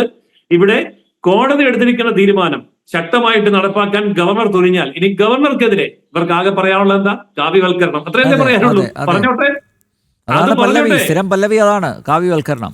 സ്ഥിരം കാവ്യവൽക്കരണമാണല്ലോ പല്ലവി. ഈ കാവ്യവൽക്കരണമാണല്ലോ ആരോഗ്യ രംഗത്ത് ആരോഗ്യ മന്ദിർ എന്ന് പറയുന്നത് കാവ്യാണ്, ഹിന്ദു വർഗീയതയാണ്, ഞങ്ങൾ എഴുതുകലാന്ന് പറഞ്ഞു. എന്നിട്ട് 2.5 കൊല്ലം കഴിഞ്ഞപ്പോ ഇതേ മുഖ്യമന്ത്രി, ഇതേ ആരോഗ്യമന്ത്രി മൂക്കുകൊണ്ട് ഇക്ഷ വരച്ചിട്ട് അത് മുഴുവൻ ഹിന്ദിയിലും മലയാളത്തിലും ഇംഗ്ലീഷിലും എഴുതി വെച്ചല്ലോ. അത്രയല്ലേ ഉള്ളൂ. എന്ന് പറഞ്ഞ പോലെ ഇവര് ഇതേ ചാൻസലറെ അംഗീകരിക്കും, ഇതേ ഗവർണറെ അംഗീകരിക്കും, ഇതേ ന്യൂ എഡ്യൂക്കേഷൻ പോളിസി ഇവിടെ നടപ്പാക്കും. അത്രയേ ഉള്ളൂ. അതിനു മുമ്പ് ആരുടെയൊക്കെയോ കണ്ണിൽ പൊടിയിടാൻ വേണ്ടി ഞങ്ങളൊരു വലിയ സംഭവമാണെന്ന് കാണിക്കാൻ വേണ്ടി പിണറായി വിജയന്റെ നേതൃത്വത്തിൽ നടക്കുന്ന ഒരു നാടകം, ഈ നാടകം ഒരു ഹാസ്യ നാടകമായിട്ട് പര്യവസാനിക്കും. അത്രേ ഉള്ളൂ. ഓക്കെ, സ്റ്റാലിൻ ദേവൻ, ചാൻസലർ എങ്ങനെയാണ് ആക്ട് ചെയ്യാൻ പോകുന്നത്? ഇതാണ് താങ്കളുടെ ഒരു നിരീക്ഷണം. അദ്ദേഹത്തിന് വേണ്ട നിയമ ഉപദേശം കിട്ടിക്കാണും. തീർച്ചയായിട്ടും അദ്ദേഹം അതനുസരിച്ചിട്ടേ പ്രവർത്തിക്കൂ. അതായത് ഒരു മനുഷ്യാവകാശമാണ് ഒരാളെ അയാൾക്കെതിരെ ഒരു നടപടി എടുക്കുന്നതിന് മുമ്പ് അയാളെ കേൾക്കുക എന്നുള്ളത്. അല്ലാന്നുണ്ടെങ്കിൽ അത് കോടതിയിൽ തന്നെ അത് ചോദ്യം ചെയ്യപ്പെടാം. ലീഗലി ടെക്നിക്കലി അങ്ങനെ അല്ല, വരുമ്പോൾ സ്റ്റാലിൻ action ദേവൻ എടുത്തു ചാടി. നേരത്തെ തന്നെ ഈ ഡോക്ടർ കെ എസ് അനിൽകുമാർ അദ്ദേഹത്തിൻ്റെ വിശദീകരണം വൈസ് ചാൻസലർ ഡോക്ടർ മോഹനൻ കുന്നുമേലിന് നൽകിയിരുന്നു. അതിൽ അദ്ദേഹം പറഞ്ഞത്, ഞാൻ ചെയ്തതിൽ ഒരു തെറ്റുമില്ല, ഞാൻ ഗവർണറോട് അപമര്യാദയായി പെരുമാറിയിട്ടില്ല, മതചിഹ്നം ഉപയോഗിച്ചു എന്നതാണ് ഏറ്റവും വലിയ അപരാധമായിട്ട് അദ്ദേഹം വൈസ് ചാൻസലർക്ക് കൊടുത്ത റിപ്പോർട്ടിൽ പറഞ്ഞത്. കോടതിയും ചോദിച്ചു, കോടതി അന്ന് വേറൊരു ബെഞ്ചായിരുന്നു, കോടതി ചോദിച്ചു ഏതാണ് മതചിഹ്നം എന്ന് താങ്കൾ വ്യക്തമാക്കണം. അതിലൊരു വിശദീകരണം കൊടുക്കാനൊന്നും അനിൽകുമാറിന് സാധിക്കുകയും ചെയ്തിട്ടില്ല. അപ്പോൾ നോക്കൂ, ചാൻസലറുടെ മുൻപിൽ ഒരു റിപ്പോർട്ടുണ്ട്, ഡോക്ടർ മോഹനൻ കുന്നുമേൽ നൽകിയൊരു റിപ്പോർട്ടുണ്ട്. ആ റിപ്പോർട്ടിൻ്റെ അടിസ്ഥാനത്തിൽ തന്നെ നടപടി എടുത്തുകൂടെ? ഇനി വീണ്ടും ഷോക്കോസ് നോട്ടീസ് നൽകി അതിൽ വിശദീകരണമൊക്കെ കേൾക്കേണ്ട ആവശ്യമുണ്ടോ? ഞാൻ അദ്ദേഹത്തിൻ്റെ കാര്യമല്ല പറയുന്നത്. ഇപ്പോൾ ഒരു അനധികൃതമായിട്ടൊരു തീരുമാനം എടുത്തു എന്ന് ക്ലെയിം ഉന്നയിക്കുന്നത് സിൻഡിക്കേറ്റാണ്. സിൻഡിക്കേറ്റ്, ഓക്കെ, അത് ഈ പിന്നെ സർവകലാശാലയുടെ ഒരു അതോറിറ്റിയാണ്. അപ്പോൾ ആ അതോറിറ്റിയുടെ ഒരു ആക്ഷനെതിരെ ഈ പിന്നെ ചാൻസലർക്ക് ഒരു തീരുമാനം എടുക്കണം എന്നുണ്ടെങ്കിൽ തീർച്ചയായിട്ടും അവർക്ക് പറയാനുള്ളത് കേൾക്കാനുള്ള സമയം കൊടുക്കണം. ഇപ്പോൾ മറ്റേ അദ്ദേഹത്തിൻ്റെ കാര്യം പോയല്ലോ, മാറിയല്ലോ. അദ്ദേഹം ഹൈക്കോടതിയിൽ റിട്ട് ഫയൽ ചെയ്തു, അത് പിൻവലിച്ചു, ആ ചാപ്റ്റർ ഈസ് ക്ലോസ്ഡ്. ഈ സിൻഡിക്കേറ്റിൻ്റെ ആക്ഷന് അതിൻ്റെ അടിസ്ഥാനത്തിലാണ് സിൻഡിക്കേറ്റാണ് ഈ അനിൽകുമാറിനെ റീഇൻസ്റ്റേറ്റ് ചെയ്യുന്നത് പറയുന്നത്. എൻ്റെ ഒരു സംശയം, അതായത് സിൻഡിക്കേറ്റിനെ പിരിച്ചുവിടാൻ ചാൻസലർക്ക് സാധിക്കും, ഏത് ഗ്രൗണ്ടിലായിരിക്കും അങ്ങനെ ഒരു പിരിച്ചുവിടൽ? അതായത് ഈ ആക്ടിൻ്റെ അതിൻ്റെ വ്യവസ്ഥകൾക്ക് വിരുദ്ധമായിട്ട് ഉള്ള ഒരു പ്രശ്നങ്ങൾ ഉണ്ടാവുകയും ഒരു അടിയന്തര സാഹചര്യം ഈ യൂണിവേഴ്സിറ്റിയുടെ ദൈനംദിന പ്രവർത്തനം നടത്തുന്നതിന് വിഘ്നമായി വരികയും അങ്ങനെയുള്ളൊരു സാഹചര്യം ഉണ്ടായിക്കഴിഞ്ഞാൽ, ലൈക്ക് ടുഡേയ്സ് അഫയേഴ്സ് ഇന്ന് അവിടെ തന്നെ നടന്നു, ഇങ്ങനെ തന്നെ കണ്ടിന്യൂ ചെയ്ത് പോയി കഴിഞ്ഞാൽ യൂണിവേഴ്സിറ്റിക്ക് തീർച്ചയായിട്ടും പ്രവർത്തിക്കാൻ കഴിയില്ല. അങ്ങനെ ഒരു സാഹചര്യം ഉണ്ടാവുന്ന അവസരത്തിൽ തീർച്ചയായിട്ടും ചാൻസലർക്ക് അദ്ദേഹത്തിന് ഈ ഞാൻ നേരത്തെ പറഞ്ഞ 7.3.4 പ്രകാരം ആക്ഷൻ എടുക്കാം. Even then that is not final, അത് ഫൈനലാകുന്നില്ല. അദ്ദേഹം ആക്ഷൻ എടുത്താൽ പോലും that can be challenge before the honourable high court. അതുകൊണ്ടാണ് ഞാൻ പറഞ്ഞത്, ഈ നേരത്തെ ഉള്ള റിപ്പറ്റേഷൻ പിൻവലിക്കുന്ന സമയത്ത് പിന്നെ ഹൈക്കോടതി അതോറിറ്റി എന്ന് പറഞ്ഞത് ഞാൻ ഉദ്ദേശിക്കുന്നത് ultimately it is going to be the high court again. ഈ പ്രശ്നങ്ങളൊക്കെ വീണ്ടും എല്ലാം കൂടി ഹൈക്കോടതിയുടെ മുന്നിലായിരിക്കും പോകാൻ പോകുന്നത്. അത് വരുമ്പോൾ ഈ ചാൻസലർ അങ്ങനെ ഒരു തീരുമാനം എടുക്കുമ്പോൾ സിൻഡിക്കേറ്റിന് പോകാം, ഇവൻ അനിൽകുമാറിനും പോകാം, ആർക്ക് വേണമെങ്കിലും പോകാം. എന്നിരുന്നാലും ഞാൻ ഇവിടെ ഈ ആക്ടിലെ ഒരു പ്രത്യേക സെക്ഷൻ 10-11 പറയുന്നത്, നമ്മൾ ഇവർക്ക് അധികാരമില്ല എന്നൊക്കെ പറയുമ്പോൾ ശ്രദ്ധിക്കേണ്ടത്, it shall be the duty of the vice chancellor to ensure that the provisions of the act, the statutes, the ordinances, the regulations, the rules and the bylaws are faithfully observed and carried out, and he or she shall have all powers necessary for this purpose. I repeat, all powers necessary for the purpose. അതായത് ഈ ആക്ടിൽ പറയുന്ന വ്യവസ്ഥകൾ അതേപോലെ പാലിക്കപ്പെടുന്നു എന്ന് make sure ചെയ്യാൻ വേണ്ടിയിട്ട് vice ചാൻസലർക്ക് all the പവേഴ്സാണ് കൊടുത്തിരിക്കുന്നത്, all over riding powers.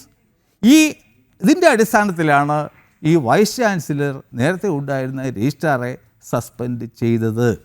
അടിയന്തരമായ ഒരു ഘട്ടത്തിൽ ഇങ്ങനെ തീരുമാനം. അന്ന് അവർ പറഞ്ഞത് സിൻഡിക്കേറ്റാണ് നിയമനാധികാരി, അവിടെ വരുന്നത് മറ്റൊരു കാര്യമുണ്ട്. ഞങ്ങൾക്ക് മാത്രമേ എന്തെങ്കിലും ചെയ്യാൻ പറ്റൂ. നമ്മുടെ ഹൈക്കോടതിയിലെയും സുപ്രീം കോടതിയിലെയും ജഡ്ജിമാർക്കെതിരെ FIR വേണമെങ്കിൽ ഇടാം. എപ്പോഴാണ്? അതിനുള്ള sanction chief justice of India കൊടുക്കണം. വേറാസ് അവരെ അപ്പോയിൻറ്റിങ് അതോറിറ്റി ആരാണ്? പ്രസിഡന്റ് ഓഫ് ഇന്ത്യയാണ്. പക്ഷേ സാങ്ഷനിങ് അതോറിറ്റി വന്നിട്ട് ചീഫ് ജസ്റ്റിസ് ഓഫ് ഇന്ത്യയാണ്. അത് പണ്ടത്തെ ഒരു ജസ്റ്റിസ് രാമസ്വാമി കേസിൽ സുപ്രീം കോടതിയുടെ 5 അംഗ ഭരണഘടന ബെഞ്ചാണ് പറഞ്ഞത്, ഇവൻതോ ഈ പ്രസിഡന്റ് തന്നെയാണ് അവരെ അപ്പോയിൻറ്റ് ചെയ്യുന്നത് എങ്കിൽ തന്നെയും ജഡ്ജസും പ്രസിഡൻറ്റിൻ്റെയും ഇടയ്ക്ക് ഒരു മാസ്റ്റർ സർവൻറ്റോ എംപ്ലോയിയോ ആ ഒരു റിലേഷൻ ഇല്ല. ഇവിടെ എന്താണ് സംഭവിച്ചിരിക്കുന്നത്? സിൻഡിക്കേറ്റാണ് അപ്പോയിൻറ്റ് ചെയ്യുന്നത്, ശരിയാണ്. പക്ഷേ അദ്ദേഹത്തിൻ്റെ സർവീസ് അല്ലെങ്കിൽ അദ്ദേഹത്തിൻ്റെ ഡ്യൂട്ടി പ്രവർത്തനങ്ങൾ നിയന്ത്രിക്കപ്പെടുന്നത് ഈ സിൻഡിക്കേറ്റ് അവരുടെ കീഴിലല്ല, അത് ഈ സ്റ്റാറ്റ്യൂട്ടിന് കീഴിലാണ്. അങ്ങനെ വരുന്ന അവസരത്തിൽ ഈ രജിസ്ട്രാറും സിൻഡിക്കേറ്റും തമ്മിൽ ഒരു മാസ്റ്റർ സർവൻ്റ് റിലേഷനോ എംപ്ലോയർ റിലേഷനോ വരുന്നില്ല. അതുകൊണ്ട് തന്നെ അപ്പോയിൻറ്റിംഗ് അതോറിറ്റിക്ക് മാത്രമേ ആക്ഷൻ എടുക്കാൻ പറ്റൂ എന്ന് പറയുന്ന ആ ഒരു വാദവും നിലനിൽക്കുന്ന ഒന്ന് അല്ല എന്നുള്ളതാണ് ഈ ആക്ട് വായിക്കുമ്പോൾ നമുക്ക് മനസ്സിലാകും. സാർ, ഒരു സംശയം കൂടി, ഈ സിൻഡിക്കേറ്റ് പിരിച്ചുവിട്ട് കഴിഞ്ഞാൽ എന്തായിരിക്കും ബദൽ സംവിധാനം? അതിന് ഈ ബദൽ സംവിധാനം അതാണ് നേരത്തെ പറഞ്ഞത്, ഈ ആക്ട് അനുസരിച്ചിട്ട് ദൈനംദിന പ്രവർത്തനങ്ങൾ നേരെ നടക്കണം എന്നുള്ള അതിന് വേണ്ടിയിട്ട് യുക്തമായ തീരുമാനം ഇദ്ദേഹത്തിന് എടുക്കാം, ചാൻസലർക്ക് എടുക്കാം. അതിനുള്ള ബദൽ സംവിധാനങ്ങളും ഉണ്ടാക്കാൻ സാധിക്കും. അപ്പോൾ തീർച്ചയായിട്ടും അതിനു മുമ്പൊക്കെ തന്നെ ഇത് ഹൈക്കോടതിയിലേക്ക് പോകും, ഇത് സ്റ്റേ ചെയ്യപ്പെടും. ഇടതുപക്ഷക്കാരല്ലാത്ത അന്തം കമ്മികളല്ലാത്തവരെ സിൻഡിക്കേറ്റ് അംഗങ്ങൾ ആക്കിയപ്പോൾ തന്നെയുള്ള കോലാഹലം കണ്ടിരുന്നല്ലോ. അയ്യോ, അതാണ് രസം. കാരണം ഇപ്പോൾ തന്നെ സിൻഡിക്കേറ്റ് മെമ്പറും നേരത്തെ ഒരു MLA-യും ആയിരുന്ന ഒരു വ്യക്തിയാണെന്ന് പറയുന്നു. അതെ, ഈ ഹൈക്കോടതിയിലെ കേസ് പരിഗണിച്ച ജസ്റ്റിസ് DK സിംഗിനെതിരെ ഒരു ഫേസ്ബുക്ക് പോസ്റ്റ് ഇട്ടു. ഒരുപക്ഷേ ഇന്ത്യ ചരിത്രത്തിൽ ഇങ്ങനെ ഒരു ഹൈക്കോടതി ഇത്രയും രൂക്ഷമായി വിമർശനം ഉയർത്തിയിട്ടില്ല. അദ്ദേഹം പറയുന്നത് എന്താണെന്ന് വെച്ച് കഴിഞ്ഞാൽ, ഇദ്ദേഹം ഒരു പെറ്റീഷണറാണ്, അദ്ദേഹത്തിൻ്റെ കേസിലെ വിധി റിസർവ് ചെയ്ത് വച്ചിരിക്കുകയാണ്. എന്നെ പ്രഷറൈസ് ചെയ്യാൻ വേണ്ടിയിട്ടാണ് ഇദ്ദേഹം ഈ ഫേസ്ബുക്ക് പോസ്റ്റ് ഇട്ടത്. അത് ഒരിക്കലും സാധ്യമല്ല. എൻ്റെ എൻ്റെ അടക്കം ചെയ്ത ആ കുഴിമാടത്തിന് പുറത്ത് കയറുന്നത് മാത്രമേ എന്നെ പ്രഷറൈസ് ചെയ്യാൻ സാധിക്കൂ. ഞാൻ തീർച്ചയായിട്ടും കണ്ടംപ്റ്റ് ഓഫ് കോർട്ട് നടപടികളുമായിട്ട് ഹൈക്കോടതിയെയും ജഡ്ജിയെയും അത് തുടങ്ങിക്കഴിഞ്ഞു. ഇതൊക്കെ ഇവരൊക്കെയാണോ ഇവിടെ വന്നിട്ട് ഭരണഘടന സംരക്ഷിക്കണമെന്നും പറഞ്ഞ് ഈ ചങ്ങലയും കയറും ഒക്കെ അങ്ങോട്ടും അവരൊക്കെ ദൈവമായിട്ട് ഇവരൊക്കെ ഈ ഭരണഘടന എന്താണെന്ന് വായിച്ചെങ്കിലും നോക്കണം, ഒന്ന് മറിച്ചെങ്കിലും നോക്കണം. അല്ലാതെ എപ്പോഴും പൊക്കി പിടിച്ചുകൊണ്ട് നടന്നിട്ട് കാര്യമൊന്നുമില്ല. ഇവരൊക്കെ ഈ ഭരണഘടനയെ എന്നും കൊലവിളിച്ചുകൊണ്ടിരിക്കുന്ന ആൾക്കാരാണ്. ഇപ്പോൾ തന്നെ റെജി ലൂക്കോസ് പറഞ്ഞു, ജനാധിപത്യപരമായിട്ട് സമരം ചെയ്യാനുള്ള അവകാശം എന്തൊക്കെ ഭരണഘടന മൗലികാവകാശങ്ങൾ പോലും it is subject to public order, morality and health. അല്ലാതെ ഈ ഭരണഘടന അനുസരിച്ച് നമുക്ക് അഭിപ്രായ സ്വാതന്ത്ര്യവും സമരം ചെയ്യാനുള്ള സ്വാതന്ത്ര്യവും ഉണ്ട് എന്ന് കരുതി ക്രിമിനലുകളെ ക്രിമിനലുകൾ എന്നല്ലാതെ പിന്നെന്താ വിളിക്കുക? ക്രിമിനൽ എന്താ? ഒരു തെറ്റ് ചെയ്യണം എന്ന് ബോധമുള്ള, മനഃപൂർവ്വമായിട്ട് ഒരു കുറ്റം ചെയ്യണം എന്ന് ആഗ്രഹിക്കുന്ന മെൻറ്റാലിറ്റി ഉള്ള ഒരാളാണ് ക്രിമിനൽ. അങ്ങനെ നോക്കുകയാണ് എന്നുണ്ടെങ്കിൽ അല്ല സാർ, ഇന്ന് തന്നെ അവിടെ പോലീസ് മൊത്തം ഒരു പ്രഹസനമായിരുന്നല്ലോ. അവിടെ നിന്ന് അറസ്റ്റ് ചെയ്ത് പോലീസ് വാനിലേക്ക് കൊണ്ടുപോയി. അവിടെ നിന്ന് SFIക്കാർ തന്നെ ഇറങ്ങിങ്ങ് പോന്നു. നേരത്തെ ഇത് കണ്ടതാണ്. നേരത്തെയും സർവകലാശാല ക്യാമ്പസിൽ ഇങ്ങനെ ഒരു ഇഷ്യൂ വന്ന സമയത്ത്, അതായത് അന്നത്തെ ദിവസം ഗവർണറെ തടയാൻ ശ്രമിച്ചല്ലോ, അന്ന് SFI പ്രവർത്തകരെ കസ്റ്റഡിയിലെടുത്ത് പോലീസ് വാനിൽ കയറ്റി SFI സംസ്ഥാന സെക്രട്ടറി വന്ന് ഇവരെ ഇറക്കിക്കൊണ്ടുപോകുന്നു. തീർന്നു, ശുഭം. അവരൊന്നും ഇറങ്ങിക്കൊണ്ടുപോകും. പക്ഷേ ഇത് കണ്ടുകൊണ്ടിരുന്ന ആ കുട്ടികളുടെ മാതാപിതാക്കളിൽ ആരെങ്കിലും അന്തസ്സോടുകൂടി പറയൂ, എൻ്റെ മകൻ എന്താ സമരം ചെയ്യുന്നു നമ്മുടെ നാടിൻ്റെ നന്മയ്ക്ക് വേണ്ടി? ഇതിലുള്ള ഈ കുട്ടികളുടെ ഒരു പേരൻ്റ് പോലും പറയും. നമ്മുടെ ഈ സംസ്ഥാനത്തെ എല്ലാ മേഖലകളും ഒരിക്കലും തിരിച്ചു വരാത്ത വിധം നമുക്ക് നഷ്ടപ്പെട്ട് കഴിഞ്ഞിരിക്കുന്നു, മൂല്യങ്ങളും നഷ്ടപ്പെട്ടിരിക്കുകയാണ്. സത്യം പറഞ്ഞാൽ ഇനി നമ്മുടെ ഈ കേരളത്തിൽ നമ്പർ 1 ദൈവത്തിൻ്റെ സ്വന്തം നാടെന്ന് പറയുന്ന ഈ കേരളത്തിൽ പിശാച് പോലും കേരളം എന്ന് കേട്ടാൽ ഒളിച്ചു കളയും. ഇവിടെ ഇനി വരാൻ പോകുന്ന ഭാവി തലമുറ ഇവിടെ എങ്ങനെ ജീവിക്കും, എങ്ങനെ വളരും, എങ്ങനെ അന്തസ്സോടുകൂടി ജീവിക്കും എന്നുള്ളത് ഒരു വലിയ ചോദ്യചിഹ്നമാണ്. അതുകൊണ്ട് എനിക്ക് ഈ സമരം ചെയ്ത ആ കുട്ടികളുടെ മാതാപിതാക്കളോടാണ് എനിക്ക് സഹതാപം. കാരണം ഇന്ന് അവർ കഷ്ടപ്പെട്ട് ഒരു കുട്ടികളെ ഒരു പരുവം ആക്കുന്ന ഒരു അഡോൾസെൻ്റ് പീരീഡിലാണ്. അവർക്കിപ്പം ഒന്നും ഒരു കറക്റ്റായിട്ട് തീരുമാനമൊന്നും എടുക്കാൻ കഴിയില്ല. അവരെയൊക്കെയാണ് ഈ രാഷ്ട്രീയക്കാർ ചാക്കിട്ട് എടുത്തുകൊണ്ട് പോകുന്നത്. കാരണം ഈ നേതാക്കന്മാർക്ക് ഭീഷണിപ്പെടുത്തി കൊണ്ടുപോകുന്നുണ്ട് കേട്ടോ. എന്തേ ഭീഷണിപ്പെടുത്തി കൊണ്ടുപോകുന്നു, അങ്ങനെയും കൊണ്ടുപോകും. ഇതിൻ്റെ ഔട്ട്പുട്ട് എന്താണ്? കുറേ ഈ പൂമരന്മാരും മറ്റേ ആ വെടിവെപ്പിൽ ആരറിയാമോന്ന് പാട്ടുണ്ടായിരുന്നല്ലോ, ഏതാ? പുഷ്പനെ അറിയാം. പുഷ്പനെ കുറേ പുഷ്പന്മാരെയും കുറേ പൂമരന്മാരെയും ഉണ്ടാക്കാം എന്നല്ലാതെ ഈ അച്ഛനെയും അമ്മയുടെയൊക്കെ കാര്യം സത്യം പറഞ്ഞാൽ ഇത് കണ്ടപ്പോൾ എനിക്ക് ഭയങ്കരമായിട്ട് സങ്കടം തോന്നി. അവരുടെ ഈ മാതാപിതാക്കളുടെ കാര്യം ആലോചിച്ചിട്ടാണ്. അതുപോലെ തന്നെ കേരളത്തിൽ ഇനി വരാൻ പോകുന്ന ഭാവി തലമുറകൾ കഴിഞ്ഞ ജന്മം എന്തോ പാവം ചെയ്ത ആത്മാക്കളായിരിക്കും ഇവിടെ ഇനി കുട്ടികളായിട്ട് ജനിക്കാൻ പോകുന്നതാണ് എനിക്ക് പറയുന്നത്.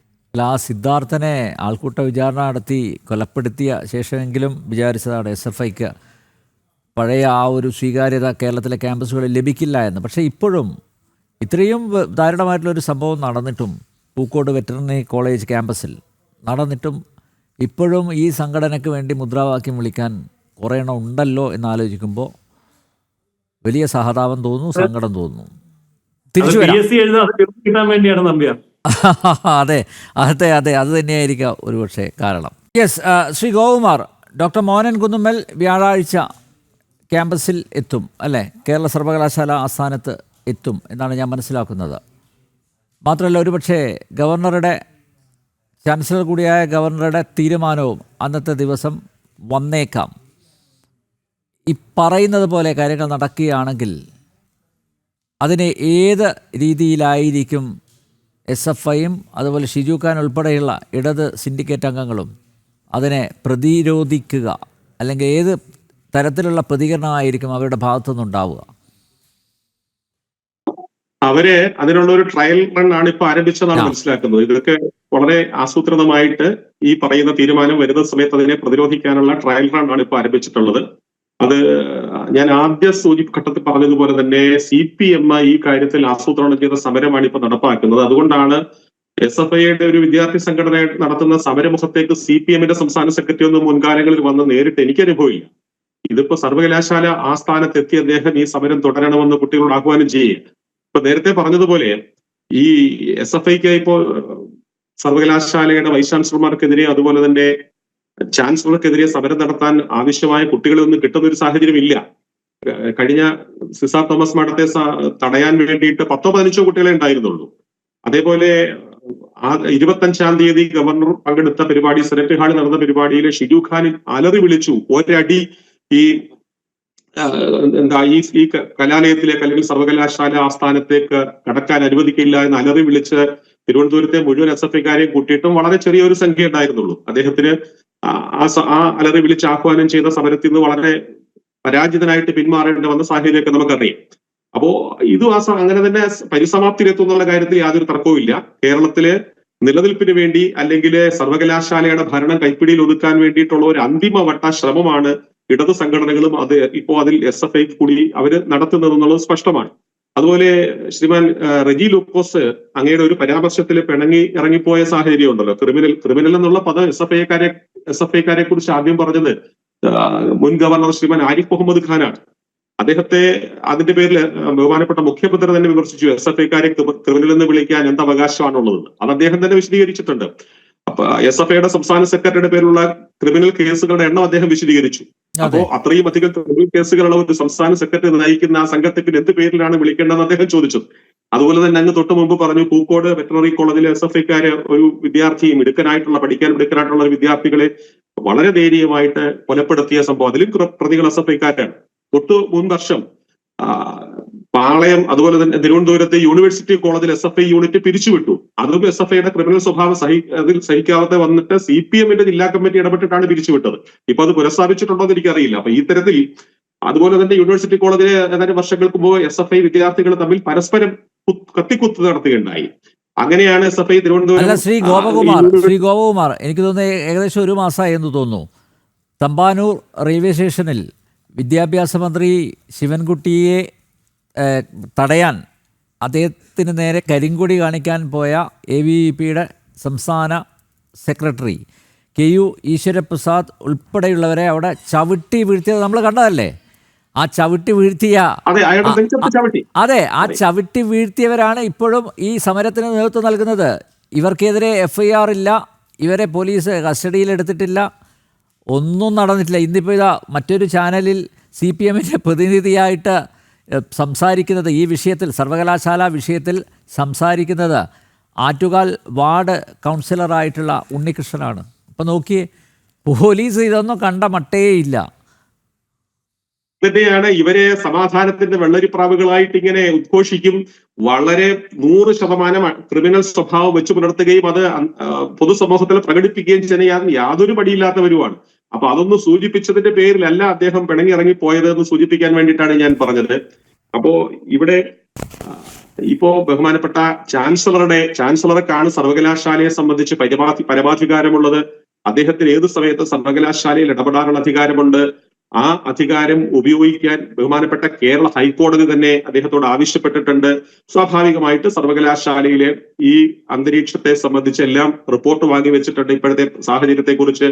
അതുപോലെ തന്നെ തൊട്ട് മുമ്പ് സൂചിപ്പിച്ച നിയമപരമായ ആ വിശദീകരണത്തിൽ ഒരു ചെറിയ ക്ലാരിഫിക്കേഷൻ എനിക്ക് തോന്നുന്നത്, ഈ സിൻഡിക്കേറ്റിനെതിരെ നടപടിയെടുക്കണമെങ്കിൽ അല്ലെങ്കിൽ സിൻഡിക്കേറ്റിന്റെ തീരുമാനത്തെ സംബന്ധിച്ച് ചാൻസലർക്ക് തീരുമാനമെടുക്കണമെങ്കിൽ സിൻഡിക്കേറ്റിന്റെ തന്നെ ഒരു വിശദീകരണം തേടണം എന്നുള്ള ഒരു അഭിപ്രായം പ്രകടിപ്പിച്ചതായിട്ട് ഞാൻ കണ്ടു.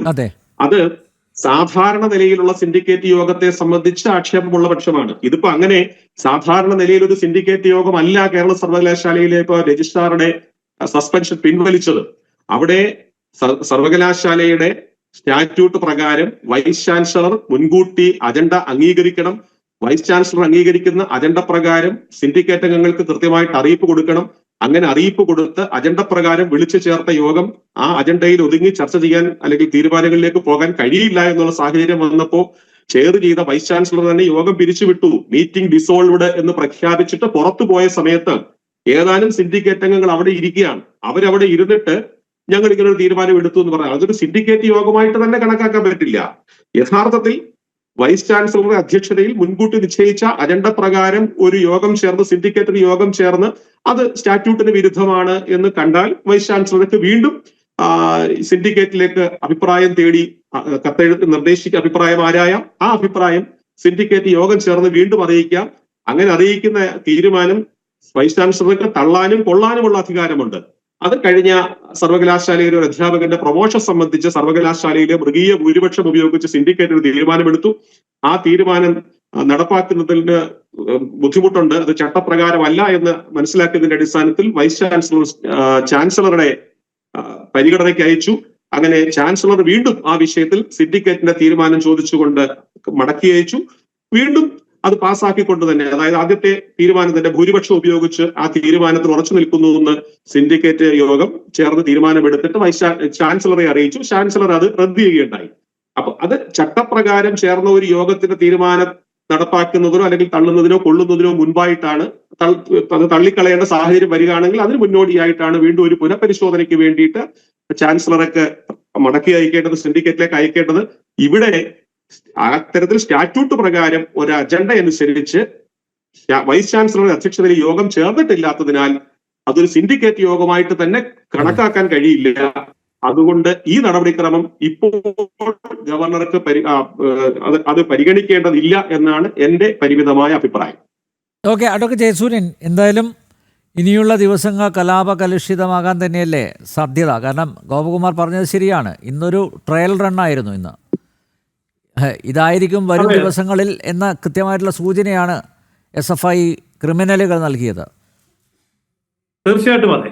അതായത് ഒരു കലാപത്തിലേക്ക് കേരളത്തെ തള്ളിവിട്ടിട്ട് ഇവിടുത്തെ എല്ലാ മേഖലകളും, അതായത് വിദ്യാഭ്യാസ മേഖല, അതുപോലെ ഗവർണറുടെ അധികാരം, ഈ പറഞ്ഞ എല്ലാ മേഖലകളിലും സർവാധിപത്യം, പാർട്ടിയുടെ സർവാധിപത്യം അരക്കെട്ട് ഉറപ്പിക്കുക, അതിനാവശ്യമായ രീതിയിൽ എല്ലാ ഭരണ സംവിധാനങ്ങളെയും ഉപയോഗപ്പെടുത്തുക, അതാണ് അവരുടെ ലക്ഷ്യം. അപ്പൊ അതിന് സമര പരമ്പരകൾ ഉണ്ടാവും. തീർച്ചയായിട്ടും ആ സമര പരമ്പരകൾ എന്നുള്ളത് ഇവരുടെ ഒരു ശൈലിയാണ്. അതിന് എങ്ങനെയൊക്കെ ആക്കം കൂട്ടാം, ഇതായിരിക്കും ഇനി നോക്കുക. മിക്കവാറും വിദ്യാഭ്യാസ രംഗത്തുള്ള സർവീസ് സംഘടനകൾ എല്ലാം തന്നെ ഇവർക്ക് പിന്തുണ കൊടുക്കേണ്ടി വരും. ട്രേഡ് യൂണിയനിസം അത്രമാത്രം ശക്തമായി നിൽക്കുന്ന ഒരു സംസ്ഥാനമായതുകൊണ്ടും ഭരണത്തിന്റെ തണലിൽ നിന്നുകൊണ്ട് ഇതെല്ലാം വേണം, നേടിയെടുക്കണമെന്ന് ആഗ്രഹിക്കുന്നവരും അതിന് പിന്തുണ കൊടുക്കുകയും ചെയ്യും. പക്ഷെ യഥാർത്ഥത്തിൽ ഇവിടെ സംഭവിക്കുന്നത് എന്താണ് എന്നുള്ളത്, ഈ പാർട്ടി ഭരണം എവിടെ വരെ എത്തിയിരിക്കുന്നു. ഈ SFIക്കാർ പഠിച്ച് നാളെ പാസ്സായി വന്നിട്ട് ഇവർക്ക് ജോലി കിട്ടേണ്ട ഒരു അവസരമാകുമ്പോഴത്തേക്കും ഇവിടുത്തെ അവസ്ഥ എന്താണ്? PSC പ്രവർത്തിക്കുന്നില്ല. PSC എന്ന് പറയുന്നത് ഇപ്പോൾ പരാലിസിസ് ചെയ്ത് അത് കിടത്തിയിരിക്കുകയാണ്, അതായത് ബോധം കെടുത്തി കിടത്തിയിരിക്കുക എന്നുള്ള അവിടെ പാർട്ടി ഓഫീസുകളുടെ റിക്രൂട്ടിംഗ് ഏജൻസികളായിട്ട് മാറുകയാണ്. താൽക്കാലിക നിയമനങ്ങളിലൂടെ ഇത്ര 1000 പേരെ നിയമിച്ചു എന്ന് കേരളത്തിന്റെ ധനകാര്യമന്ത്രി കഴിഞ്ഞ ബജറ്റ് പ്രസംഗത്തിൽ കേരളത്തിന്റെ ധനകാര്യമന്ത്രി പറഞ്ഞത് 8642 പേരെ താൽക്കാലികമായി നിയമിച്ചു എന്നാണ്. ആ സമയത്ത് 46,000 പേര് PSC റാങ്ക് ലിസ്റ്റിൽ നിൽക്കുകയാണ്.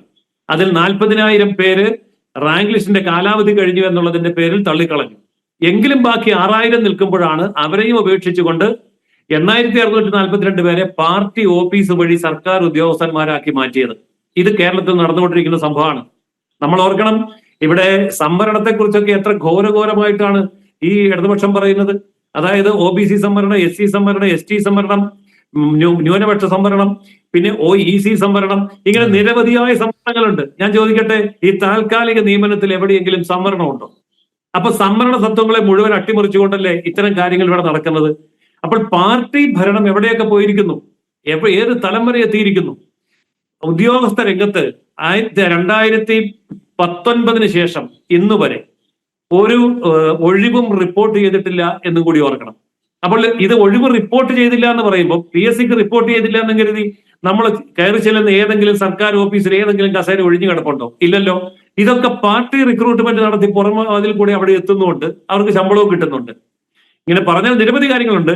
ചുരുക്കി പറഞ്ഞാൽ പാർട്ടി ഭരണ സംവിധാനത്തിലേക്ക് സംസ്ഥാന ഭരണത്തെ ചുരുക്കിയെടുക്കുകയും സംസ്ഥാന ഭരണത്തെ വെറും നോക്കുകുത്തിയാക്കി നിർത്തിക്കൊണ്ട് ഇവിടുത്തെ നിയമസഭയെയും ഇവിടുത്തെ ഗവർണറെയും ഇവിടുത്തെ നിയമങ്ങളെയും ഇവിടുത്തെ ചട്ടങ്ങളെയും വകുപ്പുകളെയും എല്ലാം മാറ്റി നിർത്തിക്കൊണ്ട് പാർട്ടി നേരിട്ട് ഭരണം ഏറ്റെടുത്തു കഴിഞ്ഞിരിക്കുന്നു. അതാണ് ഇവിടെ സംഭവിച്ചിരിക്കുന്നത്. അതായത് പാർട്ടിയുടെ ഏകാധിപത്യം ജനാധിപത്യത്തിന്റെ മുകളിൽ അടിച്ചേൽപ്പിച്ചുകൊണ്ട് ഒരു സംസ്ഥാനത്തെ ഹൈജാക്ക് ചെയ്തിരിക്കുകയാണ് communist party of India Marxist. അതാണ് ഇന്ന് പാർട്ടി സെക്രട്ടറി നേരിട്ട് വന്ന് SFIക്കാർക്ക് നേതൃത്വം കൊടുത്തിടത്തുനിന്ന് ഒന്നുകൂടി നമ്മൾ വ്യക്തമാക്കുന്നത്. അതായത് ഞങ്ങൾ ഏറ്റെടുത്തിരിക്കുന്നു. ഇനി എന്തിന് ഭരണഘടന, എന്തിന് നിയമസഭ, എന്തിനാണ് ഇവിടെ കോടതി? അതുകൊണ്ട് കോടതി എന്ത് വിധിച്ചാലും ഇവര് അംഗീകരിക്കുമോ ഇല്ലയോ എന്ന് കണ്ടറിയണം. കാരണം കോടതിയെയോ നിയമ സംവിധാനങ്ങളെയോ മാനിക്കുന്ന ഒരു സംസ്കാരം കമ്മ്യൂണിസ്റ്റ് ചരിത്രത്തിലില്ല. പക്ഷേ നമ്മൾ ഒരു കാര്യം ഓർക്കണം, ഈ ലോകത്ത് 56 രാജ്യങ്ങളിൽ കമ്മ്യൂണിസ്റ്റ് പ്രസ്ഥാനം അധികാരത്തിൽ വന്നു. ലോക ഭൂപടത്തിന്റെ 1/3 കമ്മ്യൂണിസ്റ്റ് പ്രസ്ഥാനം അധികാരത്തിൽ വന്നു. പക്ഷെ ഇന്ന് എവിടെയൊക്കെയാ ഉള്ളത്? ചൈനയിലും ക്യൂബയിലും കൊറിയയിലും പിന്നെ ഈ ഒരു പൊട്ടുപോലെ ഇവിടെ കേരളത്തിലും. എന്താ സംഭവിച്ചത്? ജനാധിപത്യ മൂല്യങ്ങളെയും അതുപോലെയുള്ള ഭരണ സംവിധാനങ്ങളെയും പാടെ അട്ടിമറിച്ചിട്ട് പാർട്ടിയുടെ ഏകാധിപത്യം അടിച്ചേൽപ്പിച്ച സ്ഥലങ്ങളിലെല്ലാം പാർട്ടി ഇല്ലാതായി. കേരളത്തിൽ അത് മാത്രമല്ലല്ലോ, പശ്ചിമ ബംഗാളിലും ത്രിപുരയിലും സംഭവിച്ചത് അത് തന്നെയല്ലേ? അവിടെയൊക്കെ 30-35 കൊല്ലം ഭരിച്ചതല്ലേ? അപ്പോൾ കേരളത്തില് ആസന്നമായിട്ടുള്ള മൃത്യുവിലേക്ക് അടുത്തുകൊണ്ടിരിക്കുകയാണ് പാർട്ടി. ഒരു സംശയവും ആ കാര്യത്തിൽ വേണ്ട. അത് അവർക്ക് നന്നായിട്ടറിയാം. അതിനു മുമ്പ് ഇല്ലാത്ത രോഗം ഉണ്ടെന്ന് പറഞ്ഞ് അമേരിക്കയ്ക്കും അതുപോലെ തന്നെ UAEക്കും പറക്കുന്നത് മറ്റു രാജ്യങ്ങളിലെ കമ്മ്യൂണിസ്റ്റ് ഭരണാധികാരികൾ തങ്ങളുടെ കാലഘട്ടത്തിന്റെ അവസാനത്തിൽ തങ്ങൾ കട്ടുമോഷ്ടിച്ചുണ്ടാക്കിയത് മുഴുവൻ കൊണ്ട് മുതലാളിത്ത രാജ്യങ്ങളിൽ കുന്നുകൂട്ടി വെച്ച് അവസാനം അധികാരം നഷ്ടപ്പെട്ടപ്പോൾ അങ്ങോട്ട് ചേക്കേറിയതുപോലെ പോകാനുള്ള കാര്യം തന്നെയാണ് പിണറായി വിജയൻ ഇപ്പോൾ ചെയ്തുകൊണ്ടിരിക്കുന്നത്. എന്റെ അഭിപ്രായത്തിൽ പിണറായി വിജയൻ ഒരു രോഗവുമില്ല, ഇത് വെറും അഭിനയമാണ്. കട്ടുകൊണ്ടുപോയ പണം അവിടെ നിക്ഷേപിക്കാനുള്ള ആ സാവകാശം, അതിന് ഇവിടെ എന്തൊക്കെ സംഭവിച്ചാലും കുഴപ്പമില്ല, ആ സമയത്ത് അയാൾ അത് ചെയ്തിരിക്കും. കാരണം അത്ര ഭീകരമായിട്ടുള്ള കമ്മ്യൂണിസ്റ്റ് ചരിത്രത്തിന്റെ നേർ അധികാരിയാണ് ഇന്ന് പിണറായി വിജയൻ. അത് തന്നെയാണ് ഇന്നിപ്പോ സർവകലാശാലയിലും സംഭവിച്ചുകൊണ്ടിരിക്കുന്നത്. ഓക്കെ, പാർട്ടിയിലും സർക്കാരിലും എന്താണ് നടക്കുന്നതെന്ന് ഈ പിള്ളേര് മനസ്സിലാക്കിയാൽ മതി. അതിൻ്റെ വകതിരിവെങ്കിലും അവർക്ക് ഉണ്ടാകൂ എന്ന് നമുക്ക് പ്രത്യാശിക്കാം. യെസ്, ശ്രീ സ്റ്റാലിൻ ദേവൻ, എന്തായാലും നാളെയോ മറ്റന്നാളോ ഒരു തീരുമാനം എടുക്കുന്നു ചാൻസലർ തീരുമാനം എടുക്കും. പക്ഷേ അത് എങ്ങനെ ഇംപ്ലിമെൻ്റ് ചെയ്യും എന്നുള്ളതാണ് പ്രശ്നം. സ്വാഭാവികമായും താങ്കൾ നേരത്തെ ചൂണ്ടിക്കാണിച്ചതുപോലെ ഇത് വീണ്ടും കോടതിയിലേക്ക് എത്തും. പക്ഷേ ഇവിടെ കോടതി പറയുന്നത് പോലും ചെവിക്കൊള്ളാത്ത ഒരു വിഭാഗമാണല്ലോ ഇവ. അതായത് കേരളം ഇവർക്ക് തീരെഴുതി കൊടുത്ത പോലെയാണല്ലോ. അവർക്ക് അനുകൂലമായിട്ട് വിധി പറയുമ്പം അവർ വളരെ ഹാപ്പിയാണ്. അതെ, കാര്യങ്ങൾ നിയമപരമായിട്ട് അവർക്ക് എതിരെ പോകുമ്പോഴാണ് അവർക്ക് പ്രശ്നങ്ങളൊക്കെ ഉണ്ടാകുന്നത്. അപ്പോൾ തീർച്ചയായിട്ടും ഇനി എന്ത് ഡിസിഷൻ ആയാലും ചാൻസലർ എന്ത് ഡിസിഷൻ എടുക്കട്ടെ, അതിനെതിരെ വീണ്ടും റിട്ട് പെറ്റീഷൻസ് ഹൈക്കോടതിയിൽ പോകും. അപ്പോൾ അവിടെ വരാൻ പോകുന്ന 2 കാര്യങ്ങൾ, ഒന്ന് ആരായിരിക്കണം ഈ രജിസ്ട്രാർ കസേരയിൽ ഇരിക്കേണ്ടതെന്നുള്ളതായിരിക്കുമല്ലോ ക്വസ്റ്റ്യൻ അൾട്ടിമേറ്റ്ലി. അപ്പോൾ അതിൽ വരുന്ന ഒരു കാര്യം, ഇപ്പോൾ നേരത്തെ ഗോകുമാർ പറഞ്ഞതുപോലെ ഈ അനധികൃതമായിട്ട് ഒരു സിൻഡിക്കേറ്റ് യോഗം ചേർന്ന് ഒരു തീരുമാനമെടുക്കുക. അതായത് സസ്പെൻഷൻ കൊടുത്തിരുന്ന രജിസ്ട്രാർക്ക് സസ്പെൻഷൻ കൊടുത്തിരിക്കുന്ന നടപടിയെ അത് റിവോക്ക് ചെയ്തിട്ട് അദ്ദേഹത്തെ വീണ്ടും രജിസ്ട്രാറുടെ കസേരയിൽ ഇരുത്താനാണ് സിൻഡിക്കേറ്റ് ഈ സോക്കാൾഡ് സിൻഡിക്കേറ്റ് യോഗം തീരുമാനിച്ചത്. അത് ശരിയാണോ? അതല്ല, നേരത്തെ വൈസ് ചാൻസലർ സസ്പെൻഷൻ കൊടുത്ത നടപടി ശരിയാണോ? ഇതിലൊരു കാര്യമായിരിക്കും അൾട്ടിമേറ്റ്ലി തീരുമാനിക്കപ്പെടുക. അപ്പോൾ എന്തായാലും വരാൻ പോകുന്ന ഒരു പ്രശ്നമുണ്ട്. ഈ ഇപ്പോഴത്തെ അനിൽകുമാർ, രജിസ്ട്രാർ അനിൽകുമാർ, അദ്ദേഹം ഒരു സർക്കാർ ഉദ്യോഗസ്ഥനാണ്. ഇത് അഥവാ കുറേ കാലം നീണ്ടു നിൽക്കുകയും ഇദ്ദേഹം അല്ല അവിടെ രജിസ്ട്രാറായിട്ടിരിക്കാൻ യോഗ്യൻ എന്ന് ഭാവിയിൽ ഹൈക്കോടതി പറയുകയും ചെയ്തു കഴിഞ്ഞാൽ ഇദ്ദേഹത്തിൻ്റെ സർവീസ് എങ്ങനെ റെഗുലറൈസ് ചെയ്യും എന്നുള്ളൊരു വലിയൊരു പ്രശ്നം, അദ്ദേഹത്തിൻ്റെ പെൻഷൻ ആ സമയത്തൊക്കെ അദ്ദേഹത്തിന് നേരിടേണ്ടി വരുന്നൊരു പ്രശ്നം ആയിരിക്കും. ഇവിടെ ഇപ്പോൾ ഈ കുട്ടികൾ ഇത്രയും വലിയ പ്രശ്നങ്ങളോട് ഉണ്ടാക്കുന്നു. കാരണം ഈ CPM തന്നെ പറയാറുണ്ട്, അവർ ഭരണഘടന സംരക്ഷിക്കാൻ ബാധ്യസ്ഥരാണ്, അതിനുവേണ്ടി പ്രയത്നിക്കുന്നവരാണ് എന്ന്. യഥാർത്ഥത്തിൽ ഇപ്പോൾ ഒരു പ്രശ്നമുണ്ട്. ഈ സർക്കാർ ഉണ്ടാക്കിയ ഒരു ആക്ട് ഉണ്ട്. അതിൻ്റെ വെളിച്ചത്തിൽ എന്ത് നടപടിയോ ചാൻസലർ സ്വീകരിക്കട്ടെ.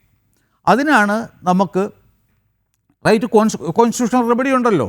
തീർച്ചയായിട്ടും അവർക്ക് ഹൈക്കോടതിയിൽ പോകാം. Let the court decide what is what. അതിനൊന്നും ഒരു ചാൻസ് കൊടുക്കാതെ ഈ നമ്മുടെ സംസ്ഥാനത്തിൻ്റെ എല്ലാ തകർന്ന് കിടക്കുന്ന മേഖലകളെ കുറിച്ചിട്ടും ഒറ്റ കാര്യം, അതായത് കഴിഞ്ഞ ദിവസം കോടതി ഇദ്ദേഹത്തിൻ്റെ സസ്പെൻഷൻ എടുത്തു കളയുന്നു എന്ന് പറഞ്ഞിട്ടില്ല.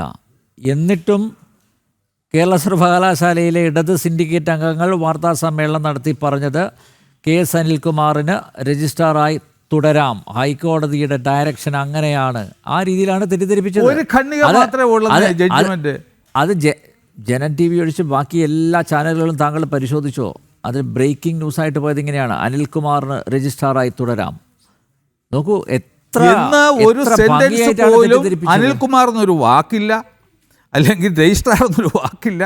കോടതി പറഞ്ഞത് എന്താണെന്ന് വെച്ച് കഴിഞ്ഞാൽ, ഞങ്ങൾ ഇതിൻ്റെ മെറിറ്റിലോട്ട്, ഞങ്ങളുടെ മുമ്പിൽ ഇപ്പോഴുള്ള പ്രശ്നം സിൻഡിക്കേറ്റിൻ്റെ തീരുമാനം ശരിയോ തെറ്റോ എന്നുള്ളതല്ല. ഞങ്ങളുടെ മുന്നിലുള്ള ഏക പ്രശ്നം ഇദ്ദേഹം തനിക്ക് പരാതി ഉണ്ടെന്നും പറഞ്ഞ് ഞങ്ങളുടെ ഫ്രണ്ടിൽ വന്നു. അദ്ദേഹം പറയുന്നു ഇപ്പം പരാതിയില്ല എന്ന്. അത് എന്തുകൊണ്ടാണെന്ന് കോടതിക്ക് അറിയേണ്ട ആവശ്യമില്ല. കാരണം മെറിറ്റിൽ പോകേണ്ട കാര്യമില്ലല്ലോ. പരാതിയില്ലയോ എങ്കിൽ പൊയ്ക്കോളൂ. അതിനുശേഷം കോടതി പറഞ്ഞു ഇത് സിൻഡിക്കേറ്റിൻ്റെ തീരുമാനം ശരിയാണോ തെറ്റാണോ എന്ന് അതിൻ്റെ അപ്രോപ്രിയേറ്റ് അതോറിറ്റി തീരുമാനിക്കേണ്ട. റിലവൻ്റ്ലി പറഞ്ഞ ഒരു വാക്കെന്താണ്? As and when challenged. ഈ തീരുമാനം ചലഞ്ച് ചെയ്യപ്പെട്ടില്ലെങ്കിൽ പ്രശ്നമില്ലെന്നേ. അതേസമയം ചലഞ്ച് ചെയ്യപ്പെട്ട് കഴിഞ്ഞാൽ വീണ്ടും ഇത് തിരിച്ചിട്ട് ഹൈക്കോടതിയിൽ തന്നെ പോകും. ഹൈക്കോടതി തന്നെ ആയിരിക്കും ഇതിന് അവസാനം ഒരു തീരുമാനം ഉണ്ടാക്കുക.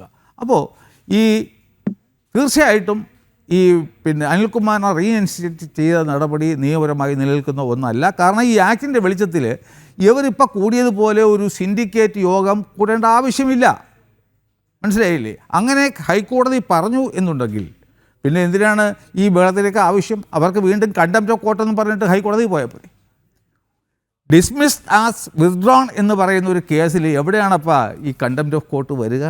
അപ്പോൾ ഇവരൊക്കെ ഇങ്ങനെ ഒരു ഡയറക്ഷൻ ഹൈക്കോടതി തന്നു എന്നുണ്ടെങ്കിൽ അവർക്ക് തന്നെ ഇവർക്കെതിരെ കണ്ടംപ്റ്റ് കൊടുത്താൽ പോരെ. അപ്പോൾ എങ്ങനെയും ഈ സത്യസന്ധമായ കാര്യങ്ങൾ വളച്ചൊടിച്ചിട്ട്, ഇപ്പോൾ എല്ലാവരും നിയമവും കാര്യവും ഈ ജഡ്ജ്മെൻറ്റൊന്നും വായിച്ചിരിക്കുന്ന കക്ഷികൾ അല്ല. എൻ്റെ കയ്യിലില്ല, കാറിലായിപ്പോൾ അല്ലെന്നുണ്ടെങ്കിൽ ഞാൻ ഇവിടെ എടുത്ത് വായിക്കാമായിരുന്നു. അതിൽ പറയുന്നുണ്ട് we are not entering in the merit of the case. സിൻഡിക്കേറ്റിൻ്റെ തീരുമാനം ശരിയോ തെറ്റോ ഞങ്ങൾ കടക്കുന്നേ ഇല്ല. ഇദ്ദേഹം വന്നു, കേസുമായിട്ട് വന്നു, പിൻവലിക്കാനിപ്പോൾ പോകുന്നു, പിൻവലിച്ചു. അത്ര മാത്രമാണ് ഹൈക്കോടതി. Dismissed as വിത്ഡ്രോൺ. ഡിസ്മിസ്ഡാണ് അത് ചെയ്തത്. അതുകൊണ്ട് തുടർന്നോളൂന്നോ ഒന്നും തന്നെ ബഹുമാനപ്പെട്ട കേരള ഹൈക്കോടതി പറഞ്ഞിട്ടില്ല. പക്ഷേ എല്ലാ ചാനലുകാരും ഇങ്ങനെ പറയുമ്പോൾ ഇതിനെക്കുറിച്ചൊന്നും ധാരണയില്ലാത്ത ആൾക്കാർ വിചാരിക്കും ശരിയാണെന്ന് വിചാരിക്കും. അങ്ങനെ ആൾക്കാരുടെ ഇഗ്നോറൻസ് എക്സ്പ്ലോയിറ്റ് ചെയ്യുക എന്നുള്ളൊരു പ്രവർത്തനം മാത്രമാണ് അവർ നടത്തുന്നത്. എന്തായാലും ഇതിൻ്റെ അന്തിമ വിധി ഞാൻ ഇപ്പോൾ പറയുകയാണ്. എന്നായിരുന്നാലും ഈ ഇടതുപക്ഷ പ്രസ്ഥാനത്തിന് എതിരായിട്ടുള്ള ഒരു വിധി ആയിരിക്കും. അവിടെ വച്ചിട്ടായിരിക്കും ഈ കേസിനൊരു അവസാനം ഉണ്ടാകുക. കാരണം ഇനിയിപ്പോൾ അസ്വാഭാവികമായിട്ട് പലതും സംഭവിക്കും. കാരണം ഇങ്ങനെ തന്നെ ദിവസവും ഈ യൂണിവേഴ്സിറ്റി നടന്നു പോയാൽ മതിയോ? ഇനി അതുകൊണ്ട് അതൊന്നും നമുക്ക് തൽക്കാലം ഫോഴ്സ് ചെയ്യാൻ പറ്റത്തില്ല. ലെറ്റ് us hope എല്ലാം നല്ല രീതിക്ക് അവസാനിക്കും എന്ന് നമുക്ക് പ്രതീക്ഷിക്കാം. ഓക്കെ. കേരളത്തിലെ സർവകലാശാലകളിൽ SFI നടത്തുന്ന ഗുണ്ടായിസത്തിന് ചാൻസലർ കൂടിയായ ഗവർണർ മുൻകൈയെടുത്ത് അറുതി ഉണ്ടാക്കണം. ഈ ക്രിമിനലുകൾക്ക് ക്യാമ്പസിൽ പ്രവേശനം അനുവദിക്കരുത്. മാത്രമല്ല ഈ ഹാബിച്വൽ ഒഫൻഡേഴ്സിനെ ഡീബാർ ചെയ്യണം. സർവകലാശാലയെ കലാപശാലയാക്കുന്ന അമിത രാഷ്ട്രീയ വൽക്കരണത്തിൽ നിന്നും മോചിപ്പിക്കണം. ആദരണീയനായ ഗവർണർ രാജേന്ദ്ര വിശ്വനാഥ് ആർലേക്കർക്ക് ഇതൊക്കെ സാധിക്കും. പഠിക്കാൻ വരുന്നവർ മനസമാധാനത്തോടെ പഠിക്കട്ടെ. കലാപകാരികൾ സംഘടനാ ഓഫീസുകളിൽ കുത്തിയിരുന്ന് മുദ്രാവാക്യം വിളിക്കട്ടെ. ജന ഡിബേറ്റ് ഇവിടെ പൂർണ്ണമാവുന്നു. ചർച്ചയിൽ പങ്കെടുത്ത എല്ലാ അതിഥികൾക്കും നന്ദിയൊപ്പം പ്രേക്ഷകർ.